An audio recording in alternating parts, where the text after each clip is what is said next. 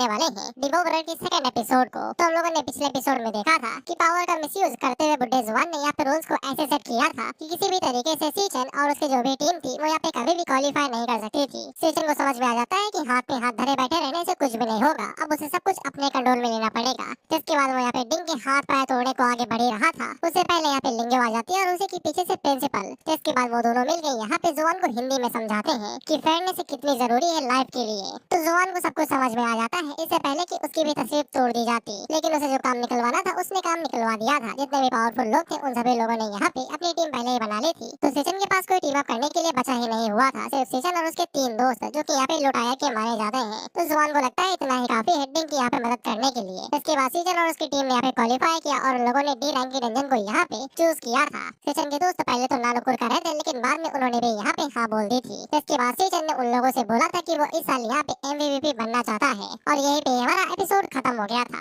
इसलिए एपिसोड की शुरुआत में सेचन ने जैसे ही बोला था कि वो इस साल का MVP बनना चाहता है, तो ये बात जैसे डिंग को सुनाई देती है तो वो खड़ा हो जाता है और सेचन से डायरेक्ट कहता है कि इस साल का MVP मैं ही हूँ। सेचन पीछे मुड़ के देखता है तो डिंग उसे कहता है कि पूरे स्कूल के अंदर सिर्फ स्ट्रॉन्गेस्ट एक ही पर्सन हो सकता है। डिंग के ऐसे बिहेवियर को देख के लिंगवे भी हैरान थी, क्योंकि ये पहली बार था कि यहाँ पे डिंग ने किसी को खुल्लम खुल्ला इस तरीके से लड़कारा हो। वहाँ पे सभी लोगों को समझ में आ जाता है कि ये दोनों ही एक दूसरे के साथ कम्पीट करने वाले हैं। प्रिंसिपल आगे से कहते हैं कि जवानों ना कुछ ज्यादा ही फेयरलेस होता है, पता नहीं कब यहाँ पे तुम क्या कर दो। हालांकि लिंगो को यहाँ पे सीजन की टीम की चिंता हो रही थी, क्योंकि उसने यहाँ पे डी रैंक की केव को चूज किया था, जो कि कुछ ज्यादा ही कॉन्फिडेंस से भरा हुआ है। वो सी रैंक पे भले ही हो, लेकिन इसके बावजूद उसकी पूरी टीम मुश्किल से ही यहाँ पे ई रैंक तक पहुंच पाती है। इसलिए डी रैंक की केव को अकेले यहाँ पे लीड कर पाना काफी ज्यादा मुश्किल है, और ऊपर से अपने 3 टीममेट्स को कैरी करते हुए। प्रिंसिपल आगे से कहते हैं कि इसी बात में तो मजा है, आधे महीने के बाद में यहाँ पे असेसमेंट शुरू हो जाएगा और ये इम्पॉसिबल है कि वो लोग आधे महीने के अंदर इतनी तैयारी कर ले कि वो यहाँ पे बाकी टीममेट्स को टक्कर दे सके। मैं तो बस ये उम्मीद करूंगा कि सीचन और उसकी बाकी टीम यहाँ पे थोड़ा बहुत अच्छा प्रदर्शन कर दे तो भी हमारे लिए काफी होगा। इसके बाद हम लोग सीचन को देखते हैं जो कि अपनी टीम को यहाँ पे ट्रेन कर रहा था, और ये लोग बेसिक सी फिजिकल ट्रेनिंग कर रहे थे और असेसमेंट को पास यहाँ पे 17 दिन बचे हुए थे। वहाँ पे मान लो सीचन से कहता है कि बाकी लोग यहाँ पे वर्चुअल ट्रेनिंग कर रहे हैं, सिमुलेशन का इस्तेमाल कर रहे हैं, तो हम लोगों को डेली यहाँ पे इस तरीके से क्यों भगाते हो? बेसिक ट्रेनिंग हम लोगों के अब किसी भी काम की नहीं है।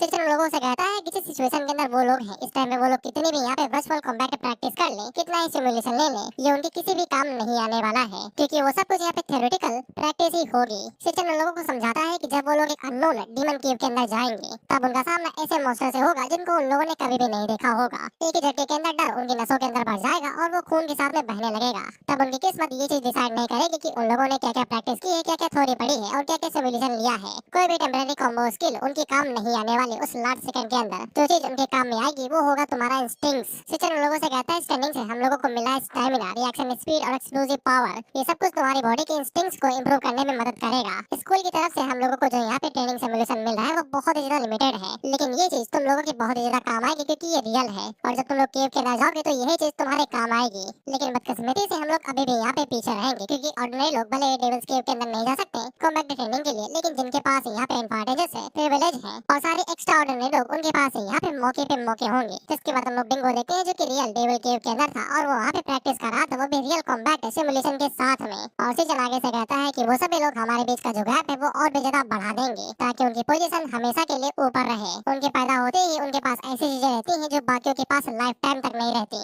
तो ये सभी लोग ऐसे पूछते हैं कि तो फिर हमारे इतना मेहनत करने का फायदा ही क्या, जब हम सभी लोग ऑर्डिनरी ही रहेंगे, हमें यहाँ पे कुछ भी पूछने वाला नहीं है। सीचन लोगों से कहता है इसका सिर्फ एक ही रास्ता है कि वो लोग हाईएस्ट स्कोर के साथ में एम्पायर गिल्ड के अंदर जाए, इससे पहले कि हायरार्की उनको यहाँ पे क्रॉस करके आगे निकल जाए। ग्रेजुएशन असेसमेंट सिर्फ एक ऐसा मौका है जो कि उनको ये चांस देगा, इसलिए उन लोगों को जो भी हो सके वो सब कुछ करना पड़ेगा इस मौके को हासिल करने के लिए। सीचन अपनी पूरी कोशिश करेगा ताकि वो इस मौके को गंवा ना पाए, और वो वादा करता है कि वो सभी लोग पक्का जीतेंगे। इसके बाद हम लोग सीजन को दोबारा डेमोनिक टावर के अंदर देखते हैं, जहाँ पे वो भी यहाँ पे इनके साथ में फाइट करने की कोशिश कर रहा था, लेकिन वो सारे लैंड यहाँ पे इजीली सीजन को ओवर पावर कर रहे थे। इसके बाद 10 दिन भी जाते हैं और ये लोग लगातार ट्रेनिंग करते रहते हैं, और सीजन लगातार यहाँ पे डेमोनिक टावर के अंदर भी ट्रेनिंग करते रहता है और साथ ही मीटिंग भी लगातार ट्रेनिंग करते रहता है। इसके बाद दिन इसी तरीके से बीते जाते हैं और ये लोग लगातार ट्रेनिंग करते रहते हैं। और फिर लोग डिंग भाई को देखते हैं और ये तो ऑरा फॉर्म करते जा रहा है। और फिर लोग सीजन को देखते हैं जो कि इसी तरीके से फाइट करते करते अपने लेवल को बढ़ा रहा था, अब ये लेवल 16 पे आ गया है। इसके बाद वो दिन आ जाता है जब असेसमेंट यहाँ पे शुरू होता है और सीजन रेडी था। इसके बाद हम लोगों की मुलाकात कैमरा बॉट से होती है, जो कि यहाँ पे इन लोगों के साथ में डीमन केव के अंदर जाएगा और वहाँ से सारी चीजें रिकॉर्ड करेगा।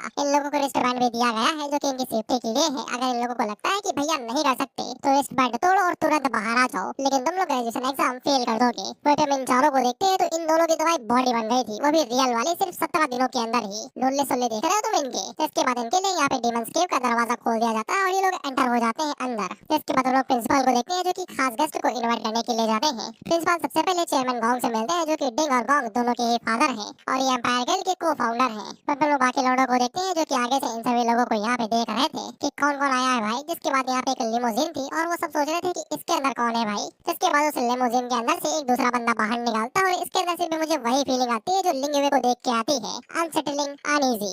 जैसे कि तुम किसी अजनबी बंदे को देख रहे हो और तुम्हें उसके बारे में कुछ भी ना पता हो। तो इस बंदे का नाम कार्ल केविंडिश है जो कि वर्ल्ड गिल्ड अलायंस का वाइस चेयरमैन है, यानी कि इसकी पोस्ट काफी ज्यादा बड़ी है। और इसको देख के ये सभी बच्चे एकदम हैरान हो जाते हैं क्योंकि इन्होंने कभी सोचा भी नहीं था कि कार्ल यहाँ पे आएगा। क्योंकि लोगों की बातों से हमें लग रहा था कि कार्ल काफी ज्यादा नामी हस्ती है, क्योंकि अगर तुम कार्ल को अपनी आंखों से देख पा रहे हो तो फिर तुम्हें खुद को बहुत ज्यादा खास इंसान समझना चाहिए। क्योंकि पूरे वर्ल्ड के अंदर गिल्ड अलायंस सबसे ज्यादा पावरफुल ऑर्गेनाइजेशन है। इसलिए अगर तुम्हारे यहाँ पे गिल्ड अलायंस के साथ में छोटे मोटे कॉन्टैक्ट भी है ना, तब ये चीज तुमको काफी ज्यादा यहाँ पे फायदा दिलाएगी। इसके बाद हम लोग बुड्ढे जुबान को देखते हैं जो कि सभी लोगों को बता रहा था कि इस बार टोटल 184 बच्चों ने यहाँ पे पार्टिसिपेट किया है जो कि 28 टीम के अंदर डिवाइडेड है। 28 में से 23 टीम ने यहाँ पे सीधा एफ रैंक की डीमन केव को यहाँ पे चूज किया है। बचे हुए 3 ने यहाँ पे ए रैंक को चूज किया और बचे हुए 2 ने यहाँ पे डी रैंक डीमन केव को चूज किया है। हम लोग सिगरेट नाम की एक महिला को देखते हैं जो आगे से हैरान हुई थी कि यहाँ पे कुछ ऐसे भी टीम है जिन्होंने डी रैंक की डीमन केव को चूज किया है। ये गिल्ड अलायंस की यहाँ पे सेक्रेटरी है, जनरल सेक्रेटरी। सिगरेट के मुताबिक यहाँ पे जो डी रैंक की डीमन केव्स होती है उनको काफी ज्यादा डेंजरस समझा जाता है, यहाँ तक कि प्रोफेशनल गिल्ड रेड्स टीम्स के लिए भी।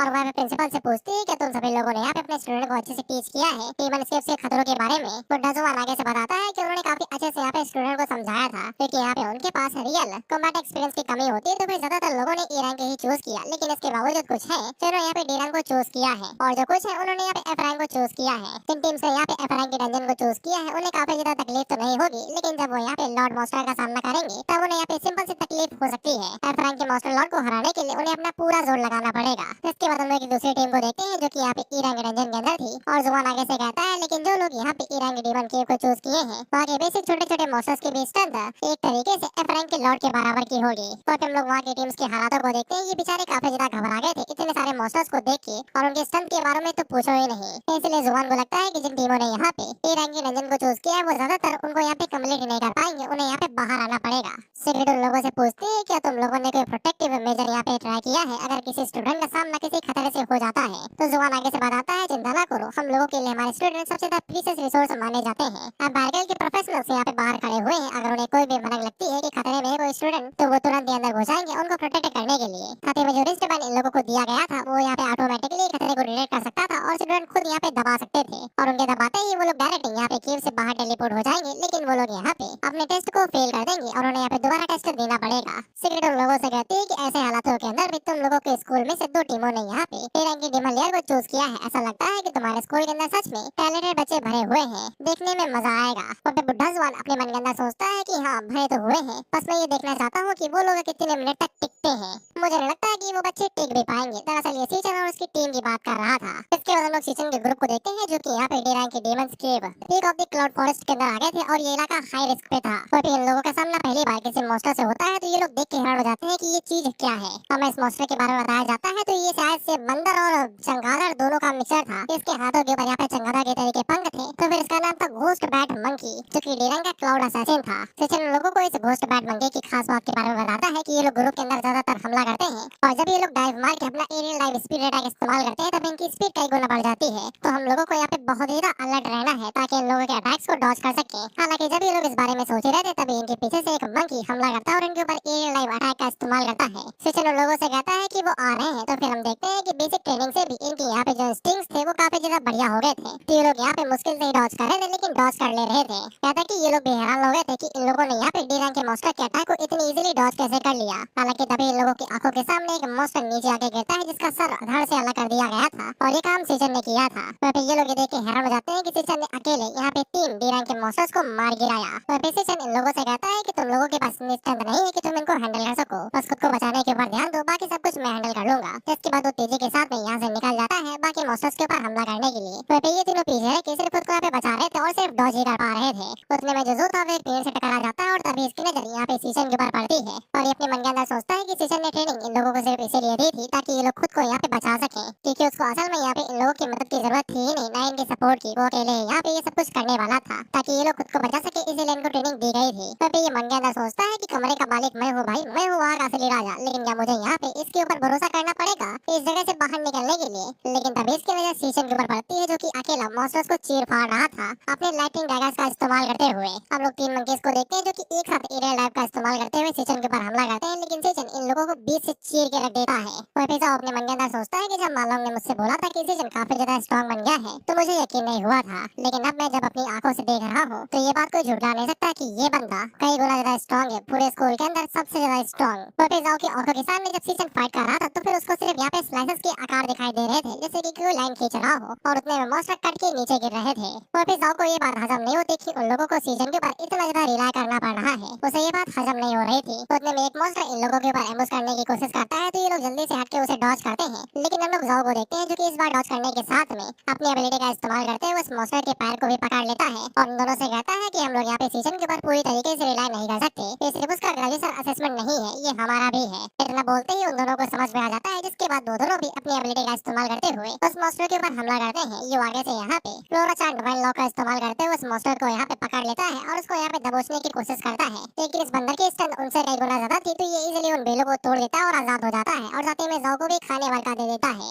देखो तो कुछ समझ में नहीं आ रहा था कि अगर ये इतनी जल्दी आजाद हो जा रहा है तो फिर हम लोग इसको रोके तो रोके कैसे। उतने में हम लोग मालों को देखते हैं जो कि आगे से फोर्स्ड फ्रीज का इस्तेमाल करते हुए उसके ऊपर बर्फीला तूफान छोड़ता है तो वो वहीं पे ही जम जाता है और वो उन दोनों से कहता है कि मैं इसको यहाँ पे धीमा कर दिया हूँ, तुम सभी लोग एक साथ हमला करो। इसके बाद ये भी आगे से अपनी एबिलिटी का इस्तेमाल करता है और दोनों की कॉम्बिनेशन स्किल की मदद से वो लोग यहाँ पे उस बंदर को रोकने में कामयाब हो गए थे, जिसके बाद वो लोग जाओ से कहते हैं कि जल्दी से हमला करो। इसके बाद हम लोग जाओ को देखते हैं जो कि आगे से एक फायरबॉल बनाता है और उस मॉन्स्टर की मुंह के ऊपर दे के मारता है। हालांकि उस फायरबॉल का डैमेज काफी ज्यादा कम था, इसलिए उस मॉन्स्टर को कुछ भी नहीं होता, बस ये गुस्सा आ जाता है। तो जाओ आगे से और भी ज्यादा फायरबॉल्स को बनाता है और एक एक करके उस मॉन्स्टर के मुंह के ऊपर दे के मारता है, लेकिन इतने से भी उसे कुछ भी नहीं हो रहा था और साथ ही में जाओ और मालोंग दोनों की पकड़ छूटती जा रही थी। तो फिर हम लोग जाओ को देखते हैं जो कि उन लोगों से कहता है बस 2 सेकंड, जिसके बाद वो यहाँ पे एक जायंट फायरबॉल बनाता है और उसको यहाँ पे उस बंदर के मुंह के ऊपर दे के मारता है। और ये वाला अटैक असरदार था, उन लोगों ने यहाँ पे उस बंदर को नानी याद दिला दी थी। उसी टाइम पे कैमरा बॉट आता है और उन लोगों से कहता है तुमने सक्सेसफुली एक घोस्ट बैड मंकी को मार गिराया है, बधाई हो। वहाँ पे सिर्फ एक मॉन्स्टर को मारने के बदले में इन लोगों का तेल निकल गया था, ये लोग थक के मारे नीचे गिर जाते हैं। हालांकि सीजन में हैरान हुआ था, उसको भी उम्मीद नहीं थी कि ये तीनों मिलकर एक मॉन्स्टर को यहाँ पे हरा देंगे। वो एपिसोड आगे से शो ऑफ करने की कोशिश करता है, ये कहते हुए तो बच्चों का खेल था,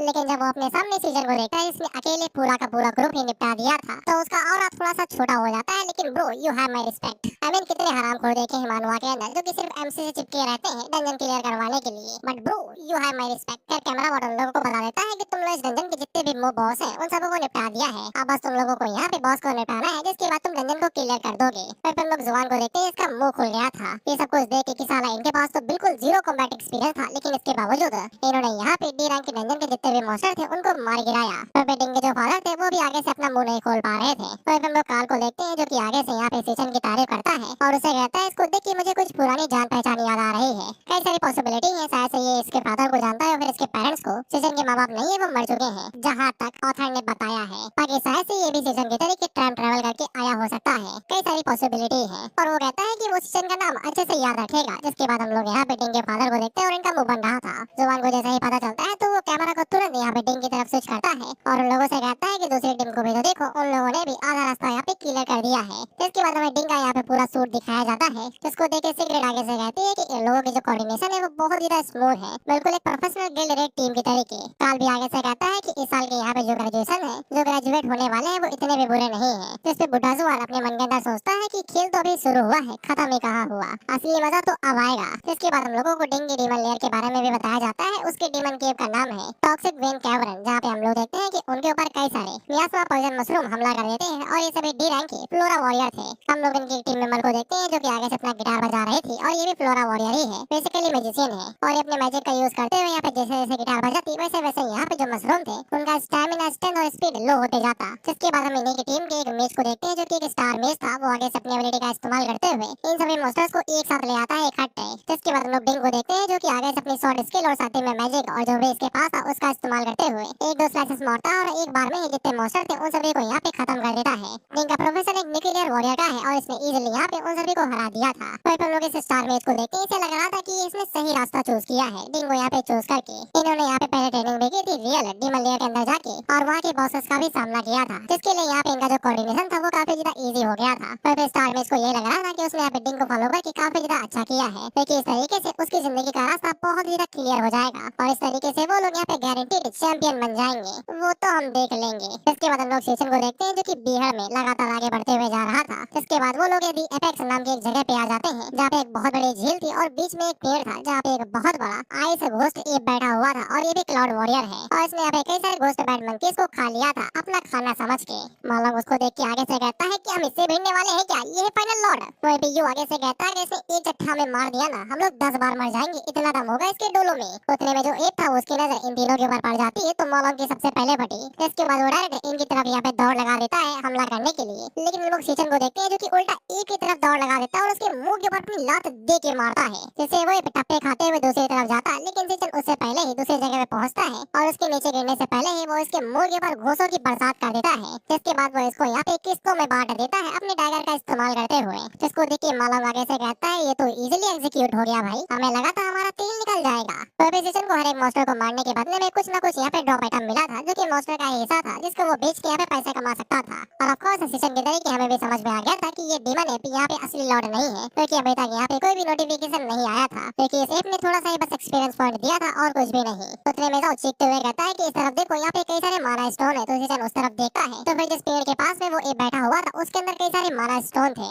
ऑफ कोर्स उसी ने ये सारे माना स्टोन यहाँ पे छुपा के रखे होंगे, ऐसा इन 3 गधों को लगता है। ऑफ कोर्स ये सारे गरीबी है, इन लोगों ने कभी मोटी गड्डी नहीं देखी। तो जो अपना हाथ आगे बढ़ाते हुए कहता है अगर मैं ये माना स्टोन बाहर लेके जाऊँ और इसको बेच खाऊं तो फिर हमारी लाइफ तो सेट है, भाड़ में क्या ग्रेजुएशन, इनको बेच के जो पैसा आएगा उसके साथ हम तो ऐश करेंगे। हालांकि सीजन लोगों से कहता है ऐश नहीं तुम लोगों की ऐश तोड़ दी जाएगी, जल्दी दूर हटो वहाँ से। लेकिन उतने में जाओ उस क्रिस्टल माना स्टोन को छू लेता है, जिसके बाद एक बहुत ही पावरफुल एनर्जी ब्लास्ट वहाँ पे होता है, जिसके चपेट में सीजन तक आ जाता है। बेसिकली जो लेक थी वो पूरी की पूरी दोबारा जम जाती है। ये अटैक इतना ज्यादा यहाँ पे एरिया कवर करता था और एक क्लाउड मिक्स का आइस बस्ट बॉम्ब अटैक था। हम लोग देखते हैं कि ये चारों के चारों पूरी तरीके से जम जाते हैं, यहाँ तक कि जो कैमरा बॉट था वो भी यहाँ पे जम जाता है, जिसकी वजह से उनकी टीम को यहाँ पे जो ब्रॉडकास्ट किया जा रहा था ये लोग जो यहाँ पे देख पा रहे थे मॉनिटर कर रहे थे वो भी यहाँ पे कनेक्शन टूट जाता है। हम लोग बुढ़े जुआन को देखते हैं और ये अपने मन के अंदर सोचता है कि बेवकूफ तो बेवकूफ ही रहेंगे, एक हाई लेवल के मॉन्स्टर से इतनी बुद्धि तो तुम उम्मीद करते हो कि वो यहाँ पे जाल बिछा सकता है। खैर बेवकूफ तो बेवकूफ ही रहेंगे, क्या ये फर्क पड़ता है, कचरा जाए जहाँ से उठाओ कचरा ही रहता है, फिर वो चाहे घर का हो या बाहर का, सफाई रखा करो अपने घर पे।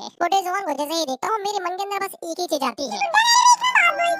हम लोग काल को देखते हैं जो कि बूढ़े जुबान से कहता है जाओ जाके चेक करो कहीं उनकी जिंदगी खतरे में तो नहीं है। तो ये आगे से अपने हाथों को मलते हुए कहता है हाँ भाई हाँ, उन्हें बचाना तो हमारी टॉप प्रायोरिटी है। हम लोग जल्दी से वहाँ पे गिल्ड को भेजते हैं ताकि वो लोग बीच बचाव करें और उन्हें यहाँ पे बाहर निकालना है क्योंकि उन्हें बचाना भी तो जरूरी है। और ऐसा करने पे क्या होगा तुम्हें भी पता है कि वो लोग डिस्क्वालीफाई हो जाएंगे। इसलिए प्रिंसिपल उनसे कहता है कि थोड़ा सा समय उन्हें और दो। इसके बाद हम लोगों ने सिर्फ सजावट के लिए नहीं दिया हुआ है, वो उनके यहाँ पे सीधा बॉडी से जुड़ा हुआ है। अगर उनकी फिजिकल बॉडी बहुत ज्यादा जख्मी होती तो फिर इस को पता चल जाता। अगर उनके वाइटल पॉइंट्स काफी ज्यादा खराब होते या फिर अगर वो पूरी तरीके से नॉर्मल ना होते तो फिर स्टूडेंट को पता चल जाता। और अभी तक हमें स्टूडेंट की तरफ से कोई भी रिपोर्ट नहीं आई है, तो फिर फालतू में टीम को बेचने का कोई भी फायदा नहीं है। और वैसे भी उनको बचाना है या नहीं इस बात का फैसला स्टूडेंट ही करेंगे, क्योंकि ये उनकी लाइफ का मैटर है। वही हम लोग यहाँ पे डिंग के फादर को देखते हैं जो कि प्रिंसिपल की तरफ बस चिढ़ते हुए ही देख रहा था। फिर इसके बाद हम लोग दोबारा डंजन के अंदर आते हैं और हम लोग मालोंग को देखते हैं और ये पूरी तरीके से भला चंगा था। बाकी यहाँ पे जो तीनों थे वो यहाँ पे बर्फ के अंदर जम गए थे। मालोंग हम लोगों को बताता है कि वो सिर्फ इसीलिए बच गया क्योंकि वो क्लाउड टाइप क्लास के अंदर आता है। बेसिकली जितने भी क्लाउड टाइप के हैं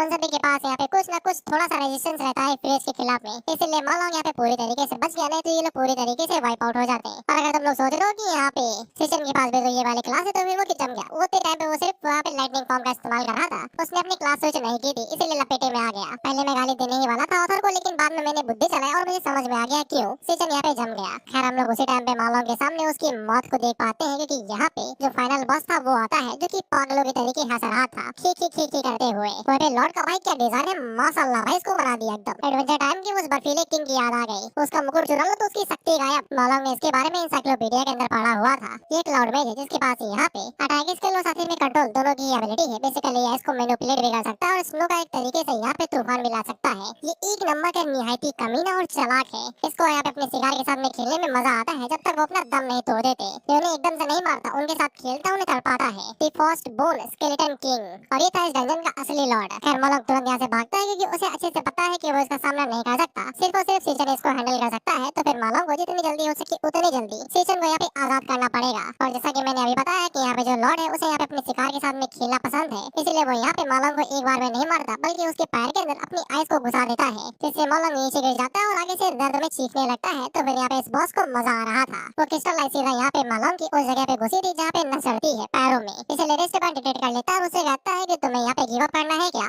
मॉलॉग उसको मना करता है, जिसके बाद वो यहाँ पे सीजन की बर्फ को तोड़ने की कोशिश करने लगता है अपने प्यूरिफाइंग ओरिजिन का इस्तेमाल करते हुए। यहाँ पे मॉलॉग एक सिंगल टारगेट के ऊपर जो नेगेटिव इफेक्ट है उसको यहाँ पे रिमूव कर सकता है। बेसिकली ये बॉस की स्किल है। ये लोग जम गए हैं तो तब तक नहीं निकलेंगे जब तक यहाँ पे इनका कूल डाउन या फिर जो बर्फ है वो पिघल नहीं जाती। और बर्फ यहाँ पे पिघलेगी नहीं क्योंकि ये जगह ही बर्फीली है। तो फिर जब तक कूल डाउन खत्म नहीं होता तब तक ये लोग कैद रहेंगे। और मॉलॉग अपने स्किल का इस्तेमाल करते हुए जो कूल डाउन था उसको यहाँ पे कम कर रहा था, लेकिन तभी बॉस इसके हाथ के ऊपर हमला करता है और इस बार इसके दाहिने हाथ के ऊपर हमला करके आर पार कर देता है अपनी क्रिस्टलाइज को, जिससे प्यूरिफिकेशन यहाँ पे फेल हो जाता है। वह बॉस को बड़ा मजा आ रहा था। ये भाई दांत फाड़ के हंस रहा है। फाड़े का कैसे, दांत ही तो बचे इसके पास, वही तो दिखा के हंसेगा। जिसके बाद ये और भी ज्यादा आइस बोन स्पाइक्स को बनाता है और उनको यहाँ पे मॉलॉग की तरफ रिलीज करने लगता है। तो बेरिस्टर पैन उसका दिमाग और खाया जा रहा था। ये कहते हुए गिव अप कर दे रे, कब तक झेलेगा ये दर्द। इसके बाद हमें मॉलॉग का पास्ट दिखाया जाता है। ऑफ कोर्स हर बार दिखाया जाएगा। मॉलॉग कहता है गिव अप कैसे कर दूं, क्योंकि मैं हमेशा भागता रहता हूँ। जब भी मेरा सामना यहाँ पे किसी ऐसी चीज से होता है जिसका मैं सामना नहीं कर सकता तो मैं वहाँ से भाग लेता हूँ और हमेशा से भागता ही रहा। इग्नोर किया गया, बेइज्जत किया गया, बुली किया गया और बहुत ही गंदी तरीके से ट्रीट किया गया। हम लोगों ने अपनी जान खतरे में डाली है सिर्फ यहाँ तक पहुँचने के लिए, और सिर्फ एक ही मौका है हमारे पास अपनी किस्मत बदलने का। तो कैसे गिव अप कर दूं मैं। इसके बाद वो दोबारा प्यूरिफाइंग ओरिजिन का इस्तेमाल करता है और इस बार पूरी जान लगा रहा था। ये उसी टाइम पे यहाँ पे बॉस अब उसका मजा पूरा हुआ तो वो सीधे मॉलॉग को खत्म करने वाला है। तो वो एक बार में पूरी ताकत के साथ में हमला करता है, लेकिन किस्मत से क्या, प्लॉट की मदद से यहाँ पे आखिरी मौके पे मॉलॉग पूरा जोर लगाता है और बर्फ को पिघला देता है। और जैसे इसी से बाहर निकलता है तो वो डिवाइन फ्लैश नाम की स्किल का इस्तेमाल करते हुए मॉलॉग को पकड़ता है और तुरंत दूर हट जाता है, जिससे वो अटैक को यहाँ पे डॉज कर लेता है। वो पे बॉस की उल्टी गिनती चालू, क्योंकि ये जितना हैरान हुआ है इसकी दुगनी फटेगी अभी। खैर मॉलॉग सीजन से कहता है इन दी एंड तुम्हें मेरी जरूरत पड़ी नहीं, तुम खुद ही यहाँ पे आजाद हो गए। सीजन उसे कहता है नहीं, तुमने बहुत ज्यादा मदद की। अगर तुमने बाहर से यहाँ पे मदद न की होती तो मैं इजीली उसे तोड़ के बाहर ना पाता और ज्यादा समय लगता मुझे। और वो उसे पूछता है कि तुम्हारी चोट ठीक है। मॉलॉग आगे से कहता है ब्लीडिंग रुक गई है, तुम्हें पूरी तरीके से ठीक हो, लेकिन हम लोग बॉस को इग्नोर नहीं कर सकते। ये बहुत ज्यादा पावरफुल है, हम उसे बिल्कुल भी यहाँ पे खुला नहीं छोड़ सकते। और मॉलॉग ने जो बोला था बिल्कुल सही बोला था। इसने इन लोगों को सिर्फ कुछ सेकंड का टाइम दिया और बॉस ने आगे से यहाँ पे मैसिव आइस बस्ट बॉम्ब को रेडी कर दिया और वो इनके ऊपर ये किसी भी पल गिरा सकता है। वही पे इसकी तुम हंसी देखो बस, तुम ये कितना ज्यादा खुश है ये बम गिराते हुए। मॉलॉग आगे से कहता है ये बम तो पूरी की पूरी झील कवर कर लेगा, हम लोग इसको डॉज कैसे करेंगे। लेकिन उसी टाइम पे हम लोग देखते हैं कि वो बम जैसे ही नीचे गिरता है तो ऐसे उसके चिथड़े उड़ जाते हैं और धमाका बहुत तगड़ा हुआ था। कहते कि बॉस के ऊपर भी प्रेशर आके गिरता है तो वो भी पीछे की तरफ खिसकने लगता है। और तभी बॉस की नजर यहाँ पे सीजन के ऊपर पड़ती है। तो फिर इसे यहाँ पे हैरानी हो रही थी कि ये चल क्या रहा है भाई। देखिए हम लोग सीजन को देखते हैं और इसने अपनी फॉर्म को यहाँ पे स्विच कर लिया था। ये डेथ हाउंड वाली फॉर्म के अंदर आ गया था और डेथ हाउंड यहाँ पे क्लाउड वॉरियर थे। तो फिर यहाँ पे इसे ऐसे कोई भी फर्क नहीं पड़ता और इसका लेवल भी इतनी समय हाई है। तो फिर इसको देख के बॉस का रिएक्शन देखो तुम बस एक बार, कितनी तगड़े से फटी इसकी,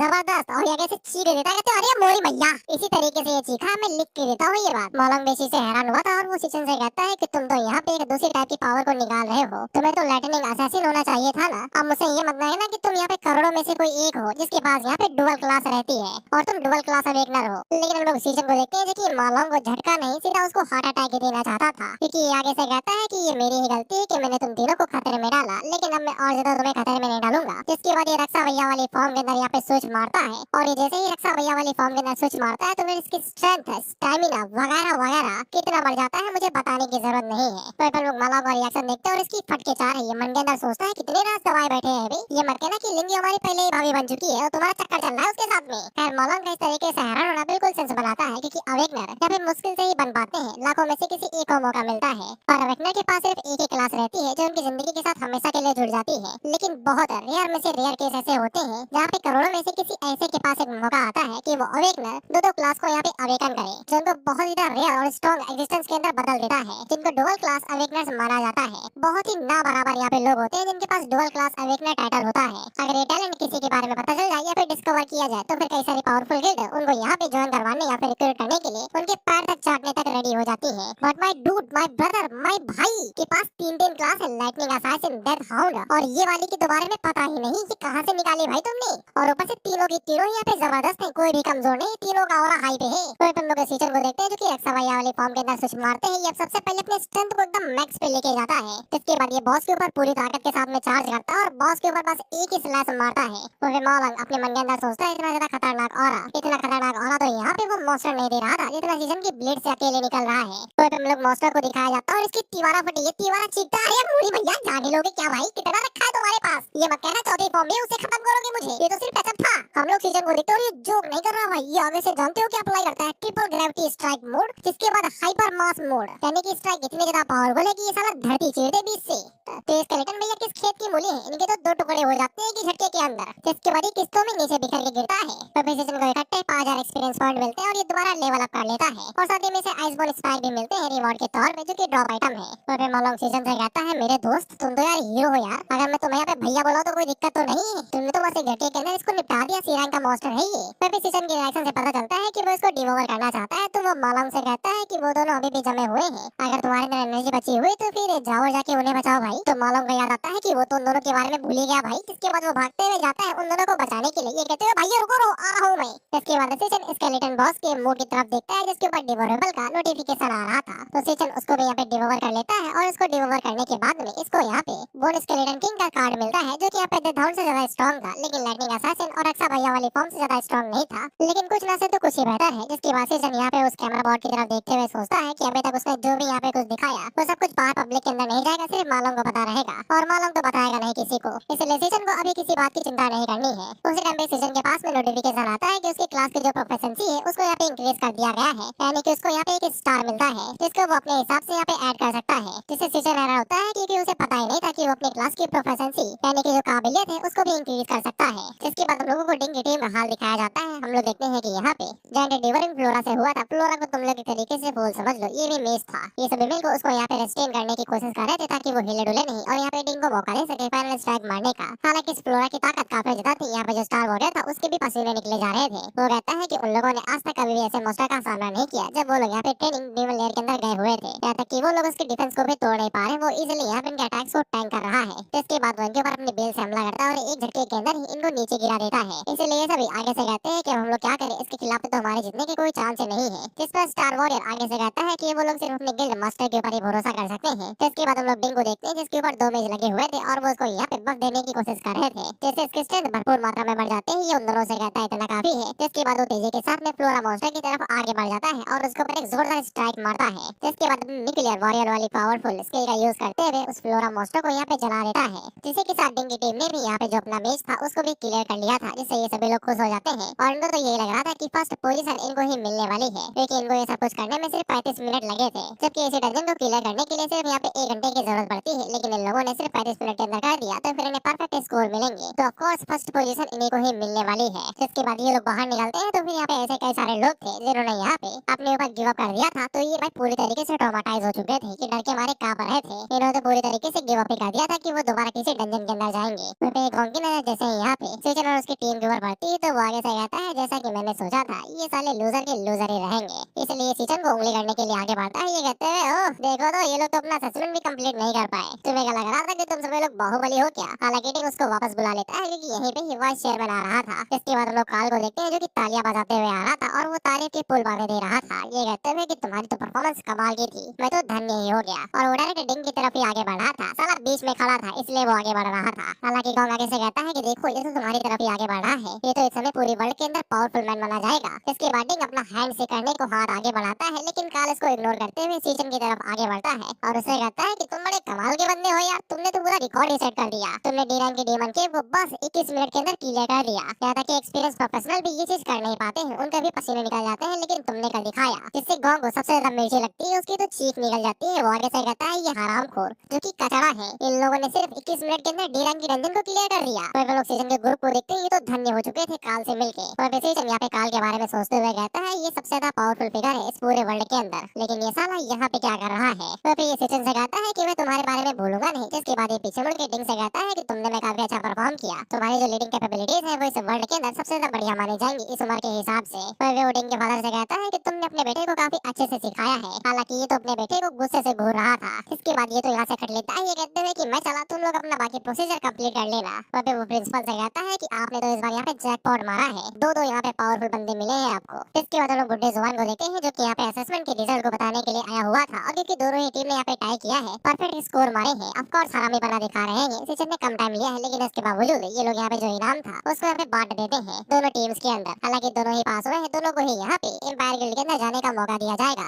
बिना किसी रिस्ट्रिक्शन के। इसलिए इन दिनों के लिए यहाँ पे कोई भी नुकसान नहीं था, ये तीनों खुश थे। कहते गेटिंग की जो टीम थी वो भी यहाँ पे काफी ज्यादा खुश थी। लेकिन उस टाइम पे डुआन आगे से वो बात बोलता है जो कि सीजन को चुभ जाती है। वो आगे से कहता है कि यहाँ पे जो प्राइस है वो आधा आधा बांटा जाएगा। बेसिकली यहाँ पे जो 1 मिलियन है वो आधे आधे बांटे जाएंगे डिंग और सीजन के बीच में। इसलिए उन दोनों का ही मुंह बन जाता है। सीजन का खास तौर पे बनता है क्योंकि उसको यहाँ पे अपना लोन जो पे करना था, अगर वो आधा ही देगा तो फिर उसके लिए मुसीबत बढ़ जाएगी। तो बेटिंग के लिए ये वाली बात प्राइड की बात थी, वो उसके गर्व के ऊपर छतरी दे रहा था। तो वो आगे से कहता है एक जगह पे सिर्फ एक ही चैंपियन हो सकता है, इसलिए वो सीजन के साथ 1v1 टाई ब्रेकर करना चाहता था। इस पे बुड्ढे जुबान के साथ साथ गोंग लोई हैरान हो जाता है कि मालिक हमारी काहे ले रहे हो, तुम्हें करना है तुम करो, लेकिन हमको तो ना घसीटो इसमें। यहाँ तक कि प्रिंसिपल और कार वो भी लोग पीछे मुड़ के देखते हैं कि अब ये क्या करवाएगा। तो फिर बुड्ढा जुबान तेजी के साथ में आगे बढ़ता है और वो डिंग से कहता है फालतू की बकवास ना करो, असेसमेंट पहले ही खत्म हो चुका है और ये सबसे बढ़िया आउटकम निकलेगा जो मैंने किया है। और उसके अलावा सीजन कभी भी यहाँ पे टाई ब्रेकर के लिए हाँ नहीं बोलेगा। लेकिन उतने में हम लोग सीजन को देखते हैं और वो आगे से कहता है अगर वो जीता है तो फिर क्या उसे पूरा का पूरा 1 मिलियन पैसा मिलेगा। जिस पे बुड्ढे जुबान के लगते हैं कि साला मैं इन लोगों की यहाँ पे सेटिंग करवाने की कोशिश कर रहा हूँ, ये साला आपस में लड़ने को तैयार है। तो डिंग उसे कहता है ऑफ कोर्स अगर तुम मुझे हरा सकते हो तो सारे के सारे ले लो। तो फिर काल आगे से कहता है कि मजा तो खत्म ही नहीं हो रहा, अभी परफॉर्मेंस तो बढ़ती ही जा रही है, लगता है कि 1-2 दिन और रुकने पड़ेंगे। तो फिर डिंग से कहता है कि बताओ हमें यहाँ पे स्कोर कहाँ पे सेटल करना है। बेसिकली ये लोग ट्रेडिशनली 1v1 नहीं करेंगे, ये लोग किसी यहाँ पे डंजन के अंदर जाएंगे और वहाँ पे मॉन्स्टर्स को हंट करेंगे। जो जितने ज्यादा मॉन्स्टर्स को हंट करेगा उसको विजेता माना जाएगा। वह हम लोग जीलिंग को देखते हैं जो कि सीजन से कहता है मुझे लगा था कि तुम बस फर्स्ट प्लेस लोगे, लेकिन मैंने नहीं सोचा कि तुम तो साला रिकॉर्ड ही तोड़ दोगे और परफेक्ट स्कोर यहाँ पे हासिल करोगे। तुम तो पूरी तरीके से टीवी पे छाए हुए हो। ऐसा लगता है कि मैंने यहाँ पे बढ़िया डिसीजन लिया है, तुम्हें मुझे यहाँ पे पे बैक करने की जरूरत नहीं है, उसको मेरी तरफ से यहाँ पे एंजल इन्वेस्टमेंट समझो, मैंने तुम्हारे ऊपर जो की है। हालांकि सीजन उसे कहता है कि बिल्कुल भी नहीं, कर्जा कर्जा होता है और मैं किसी भी कीमत पे उसको यहाँ पे पे करूंगा। मैं यहाँ पे तुमको सिर्फ 2 चीजें बताने के लिए आया हुआ हूँ। पहला, यहाँ पे जो पेमेंट मिली थी वो यहाँ पे डेडलाइन के साथ में नहीं हुई है, इसीलिए मुझे यहाँ पे 1 महीने का एक्सटेंशन चाहिए, यानी कि 1 महीने की थोड़ी सी और मोहलत दे दो। इसके बाद वो वही बात बताता है कि ग्रेजुएशन असेसमेंट खत्म हो गया है, उसको फर्स्ट प्लेस भी मिला, लेकिन यहाँ पे 2-2 थे तो फिर उसे सिर्फ आधा ही पैसा मिला है। इसलिए उसने यहाँ पे दूसरे चैंपियन के साथ में टाई ब्रेकर किया है, जो कि 1 महीने के बाद में किसी वर्ल्ड डीमन केव के अंदर होगा, वो भी स्कूल के बाहर। यानी कि ये लोग किसी अनजान डीमन केव के अंदर जाने वाले हैं जहाँ पे स्कूल का कोई भी रूल नहीं है। आई मीन स्कूल नजर रखेगा लेकिन स्कूल उस चीज को कंट्रोल नहीं करेगा। ये लोग अपनी मर्जी से जा रहे हैं, अगर इनके ऊपर कुछ भी हुआ तो ये इन्हीं की ही जिम्मेदारी रहेगी। इसलिए जिलेंग भी आगे से हैरान होता है कि तुम तो एक जंगली डीमन केव के अंदर जा रहे हो, तुम में से कोई भी अभी तक यहाँ पे प्रोफेशनल गिल्ड ट्रेनिंग से नहीं गुजरा है और ये कुछ ज्यादा ही डेंजरस है। सीजन उसे कहता है कि तुम चिंता न करो, मैं 1 महीने के अंदर ही यहाँ पे बचे हुए पैसे वापस जीत लूंगा और तुम्हें लौटा दूंगा। साथ ही में उसे डीमन केव के अंदर से जितने भी मटेरियल मिलेंगे वो सारे के सारे मैं तुम्हें लाके दे दूंगा, जिसको तुम इंटरेस्ट से समझ लेना, जो मैंने 1 महीने की मोहलत मांगी है उसके लिए। जिलिंग अपने मन के अंदर समझ आता है कि सीजन के अंदर जरा सा भी डर नहीं है, उसे पूरा कॉन्फिडेंट है कि वो यहाँ पे जाएगा और जीत के वापस आएगा। उसको सिर्फ अपने डेट और इंटरेस्ट के बारे में फिक्र है बस। तो फिर सीजन जिलिंग से कहता है कि मैं यहाँ पे एक और चीज तुम्हें बताने के लिए आया हूँ, जो कि इस चीज से कई गुना ज्यादा जरूरी है। जिसके बाद सीजन यहाँ पे जिलिंग से कई सारी बातें कहता है और सीजन जैसे जैसे बातें कहते जाता है वैसे वैसे हम लोग जिलिंग के चेहरे का रंग उड़ता हुआ देख पाते हैं, जिससे वो बहुत ज्यादा घबरा जाता है। घबरा के बहुत ज्यादा हैरान होता है। वो हमें नहीं बताया जाता कि इन दोनों के बीच में क्या बात हुई, लेकिन हमें जिलिंग के चेहरे से पता चलता है कि इसे बहुत ज्यादा कुछ खास बात पता चली है जिससे ये घबरा गया है। इसके बाद हम लोग सियुन को देखते हैं जो कि अपने स्कूल से बाहर निकलती है और इसे भी पता था कि आज सीजन का ग्रेजुएशन असेसमेंट है और आज यहाँ पे रिजल्ट बाहर निकलेंगे। इसके बाद हमें 4 साल पहले का सीन दिखाया जाता है जब सीजन को पता चला था कि उसके अंदर भी यहाँ पे क्वालिफिकेशन है कि वो यहाँ पे अवेकन बन सकता है, इसलिए उसको यहाँ पे नेशनल अवेकनर यूनिवर्सिटी के अंदर एक्सेप्ट कर लिया गया था और वो इस बात को लेके काफी ज्यादा खुश था। यहाँ तक कि सियुन भी खुश थी कि सीजन भी उनके पेरेंट्स की तरीके अब यहाँ पे एक अवेकनर बनेगा। तो फिर सीजन को इस बात से खुशी थी कि वो अवेकनर बन के कई सारे पैसे कमाएगा, जिससे उनकी लाइफ और भी ज्यादा बेहतर होगी और शायद से उनके पास ऐसा मौका मिल जाए कि उनके मॉम एंड डैड यहाँ पे डिसअपियर क्यों हो गए। तो ये हुआ है इसकी फैमिली के साथ में, इसके मॉम एंड डैड यहाँ पे डिसअपियर हो गए थे और किसी को कुछ भी नहीं पता चला, इसलिए सियुन भी काफी ज्यादा खुश थे। हालांकि इतने दिनों के बाद ही नहीं, जब सीजन को यहाँ पे अवेकनिंग के लिए बुलाया गया था तो तो वो कोई भी टैलेंट अवेकन नहीं कर पाया था, तो वो काफी ज्यादा निराश था। हालांकि वो खुद भी यहाँ पे मायूस नहीं होता और वो अपनी बहन से कहता है कि उसको बस थोड़ी सी और ज्यादा मेहनत करनी है और सब कुछ ठीक होगा।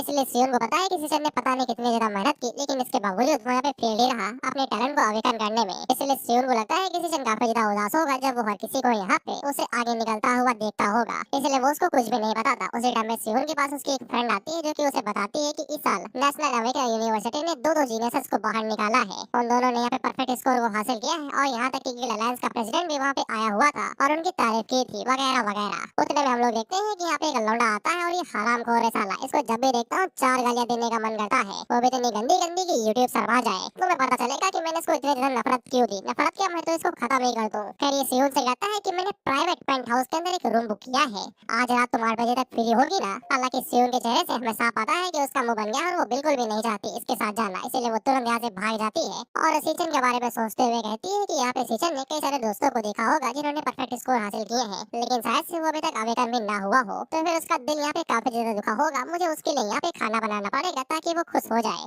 रात के टाइम में हम लोग सीचन के घर पे देखते हैं तो सीचन हैरान ही हो गया था कि सियोन ने बस एक दिन के अंदर इतना सारा खाना बना कैसे दिया, वो भी एकदम हाई लेवल का। विशाल आंखों के सामने 56 भोग रखे हुए हैं। तो फिर जब वो लोग खाना खा रहे थे तो फिर न्यूज से यहाँ पे अवेकनेस के बारे में बताया जा रहा था और साथ में यहाँ पे जीनियस के बारे में भी जिन्होंने यहाँ पे परफेक्ट स्कोर हासिल किया है। ऑफकोर्स सीचन और डिंग के बारे में बात हो रही थी, तो फिर ये सारी बात हाई वैल्यू पे थी, तो फिर इन दोनों को सुनाई दे रही थी। हालांकि सीचन को कोई फर्क नहीं पड़ रहा था, तो सियोन को ये लगता है कि उसका भाई यहाँ पे टफ बनने की कोशिश कर रहा है ताकि वो रोने न लगे सियोन के सामने। इसलिए बिल्कुल भी कोई भी हिंट नहीं दिखा रहा था कि इसको कोई भी दिक्कत हो रही है। जो न्यूज एंकर थी वो बता रहे थे कि इस बार तो दो जीनियस बाहर निकले हैं। यहाँ तक कि जो कार्ल है उसने भी यहाँ पे उन लोगों को बधाई दी है। इसके बाद कार्ल ऑफिशियली यहाँ पे उन दोनों के नाम बताता है। सबसे पहले वो सीचन का नाम लेता है और ये नाम सुनते ही सियोन पीछे मुड़ के देखती है कि कौन है भाई, किसका नाम लिया जा रहा है। तो अब जाके सियोन को पता चलता है कि सीचन वो जीनियस में से एक है जिसने यहाँ पे परफेक्ट स्कोर हासिल किए हैं। इसके बाद यहीं से सीन सेट होकर डिंग के फादर के ऊपर आ जाता है जो कि यहाँ पे डिंग को मार रहा था, वो भी चाबुक से। ये कहते हुए कि मैंने तुम्हारे लिए सब कुछ सेट किया था, यहाँ तक कि कार्ल को भी बुलाया था, ऑडियंस बुलाई थी, उन सभी को बुलाया था, लेकिन इसके बावजूद तुम यहाँ पे परफॉर्मेंस दे नहीं पाए जो तुम्हें देनी थी। तुम जीत नहीं पाए, तुम किसी ऐसे से हार गए जिसके पास कोई भी औकात नहीं थी। अब से तुम्हें मौका नहीं दिया जाएगा कि तुम अपने डिसीजन खुद ले सको। जो मैं बोलूंगा वही तुम करोगे। टाई ब्रेकर के दौरान में जो कुछ भी होगा वो मैं सब कुछ रेडी करूंगा। तुम जाओगे, जीत के आओगे, मुझे नहीं पता, लेकिन किसी भी तरीके से फर्स्ट प्लेस हमारी गॉन्ग फैमिली के अंदर ही आना चाहिए। इसके बाद हम लोग सीजन को देखते हैं और इसे दोबारा यकीन नहीं हो रहा था कि इन लोगों ने सीजन का ही नाम लिया है क्या। तो वो पीछे मुड़ के सीजन से पूछती है क्या ये लोग तुम्हारे बारे में ही बात कर रहे हैं क्या। तो सीजन आगे से कहता है हाँ, ये मेरे ही बारे में बात कर रहे हैं। तो सीजन इतना ज्यादा हैरान होती है कि उसके हाथों से चम्मच नीचे गिर जाता है और वो बहुत ज्यादा हैरान हुई थी कि उसका भाई जो कि यहाँ पे इतना ज्यादा कमजोर था वो डायरेक्ट यहाँ पे ना ही सिर्फ अपने असेसमेंट को कम्प्लीट किया है बल्कि वो पूरी टीम को ही जिताया है, वही परफेक्ट स्कोर के साथ में। यहाँ तक कि कार्ल भी उसकी तारीफ कर रहा है, इसलिए वो खुशी के मारे अपने टसुए बहाने लगते हैं, ये कहते हैं कि तुमने आखिरकार कर दिखाया। इसके बाद हम लोग उसी रात का सीन देखते हैं जब हमें ग्रेजुएशन असेसमेंट खत्म हुआ था। हम लोग कार्ल को देखते हैं जो कि यहाँ पे कोई चीज कर रहा था और वो किसी के साथ आया हुआ भी था और वो उसे पूछता है कि इन्वेस्टिगेशन के क्या हालात है। तो फिर वो और कोई नहीं यहाँ पे लिंग्यो थी जो कि एक फाइल को आगे बढ़ाते हुए कहती है कि अभी तक सिर्फ उन लोगों को यही बात पता चली है। फाइल के अंदर हम लोग देखते हैं कि डिवोवर का टाइटल था, बेसिकली ये सीजन के रिलेटेड है या फिर नहीं भी,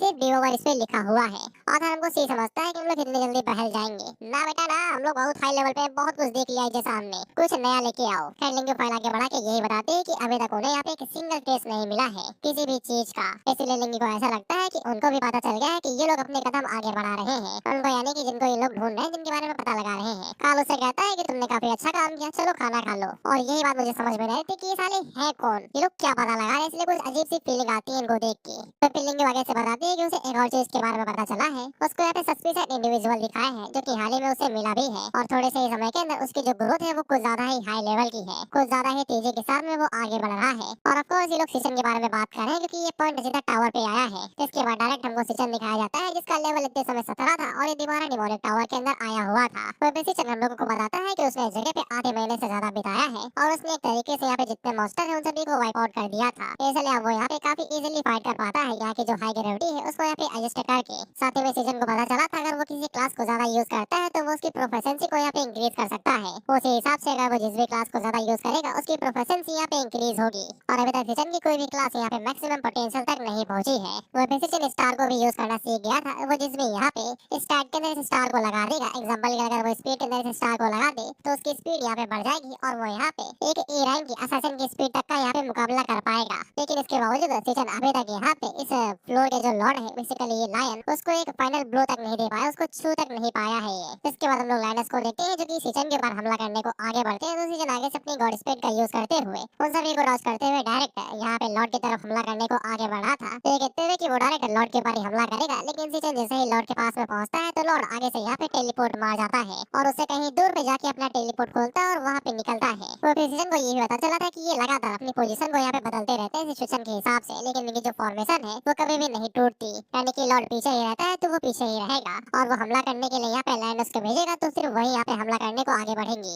लायनस से हमेशा दूरी पे रहता है ताकि जब भी वो यहाँ पे हमला कर सके वो यहाँ पे डॉज कर पाए, और वो आज तक कभी भी यहाँ पे सीजन के ऊपर डायरेक्ट हमला नहीं किया है। वो सिर्फ यहाँ पे लायनस को हमला करने के लिए भेजता है। इसलिए सीजन अपने मन के अंदर सोचता है कि इस लायन किंग की यहाँ पे क्लास क्या है, ये कहाँ से आता है, इसके पास कौन सी क्लास है। इसके बाद एक लायनस यहाँ पे सीजन के ऊपर हमला करने को आगे बढ़ती है तो सीजन उसके ऊपर यहाँ पे अपने लाइटिंग ड्रैगन की मदद से हमला करता है, लेकिन वो उसको यहाँ पे पूरा खत्म कर पाता उससे पहले यहाँ पे जो लॉर्ड था वो यहाँ पे उस लायनस को टेलीपोर्ट कर लेता है अपने पास से। और सीजन जब भी यहाँ पे किसी भी मॉन्स्टर को मारने की कोशिश करता, लॉर्ड उसको यहाँ पे टेलीपोर्ट करके अपने पास बुला लेता। जिसके बाद अगले ही पल दूसरी लायनस यहाँ पे सीजन के ऊपर हमला करने को आगे बढ़ती। सीजन उनके ऊपर भी पूरी ताकत से हमला करता है, लेकिन वो भी यहाँ पे इजीली टेलीपोर्ट हो जाती है और दोबारा यहाँ पे लैंडिंग के पास में पहुंच जाती है। जिसके बाद इसी तरीके से वो यहाँ पे फॉर्मेशन को मेंटेन करते हुए लगातार सीजन के ऊपर हमला करती रहती है और एक टाइम पे जाके सीजन यहाँ पे कमजोर पड़ जाता है, थक जाता है। तो फिर उसके लिए फाइट करना और भी ज्यादा मुश्किल होता है और सीजन को समझ में आ जाता है कि लायन किंग सिर्फ उसके साथ खेल रहा है। लेकिन तभी सीजन को समझ में आता है एक सेकंड, जिसके बाद वो अटैक को डॉज करता है और खुद से कहता है कि वो उनकी स्पीड को यहाँ पे आउट मैच करने की कोशिश क्यों कर रहा है जब वो यहाँ पे अपनी क्लास को चेंज करके इनको जमा ही सकता है।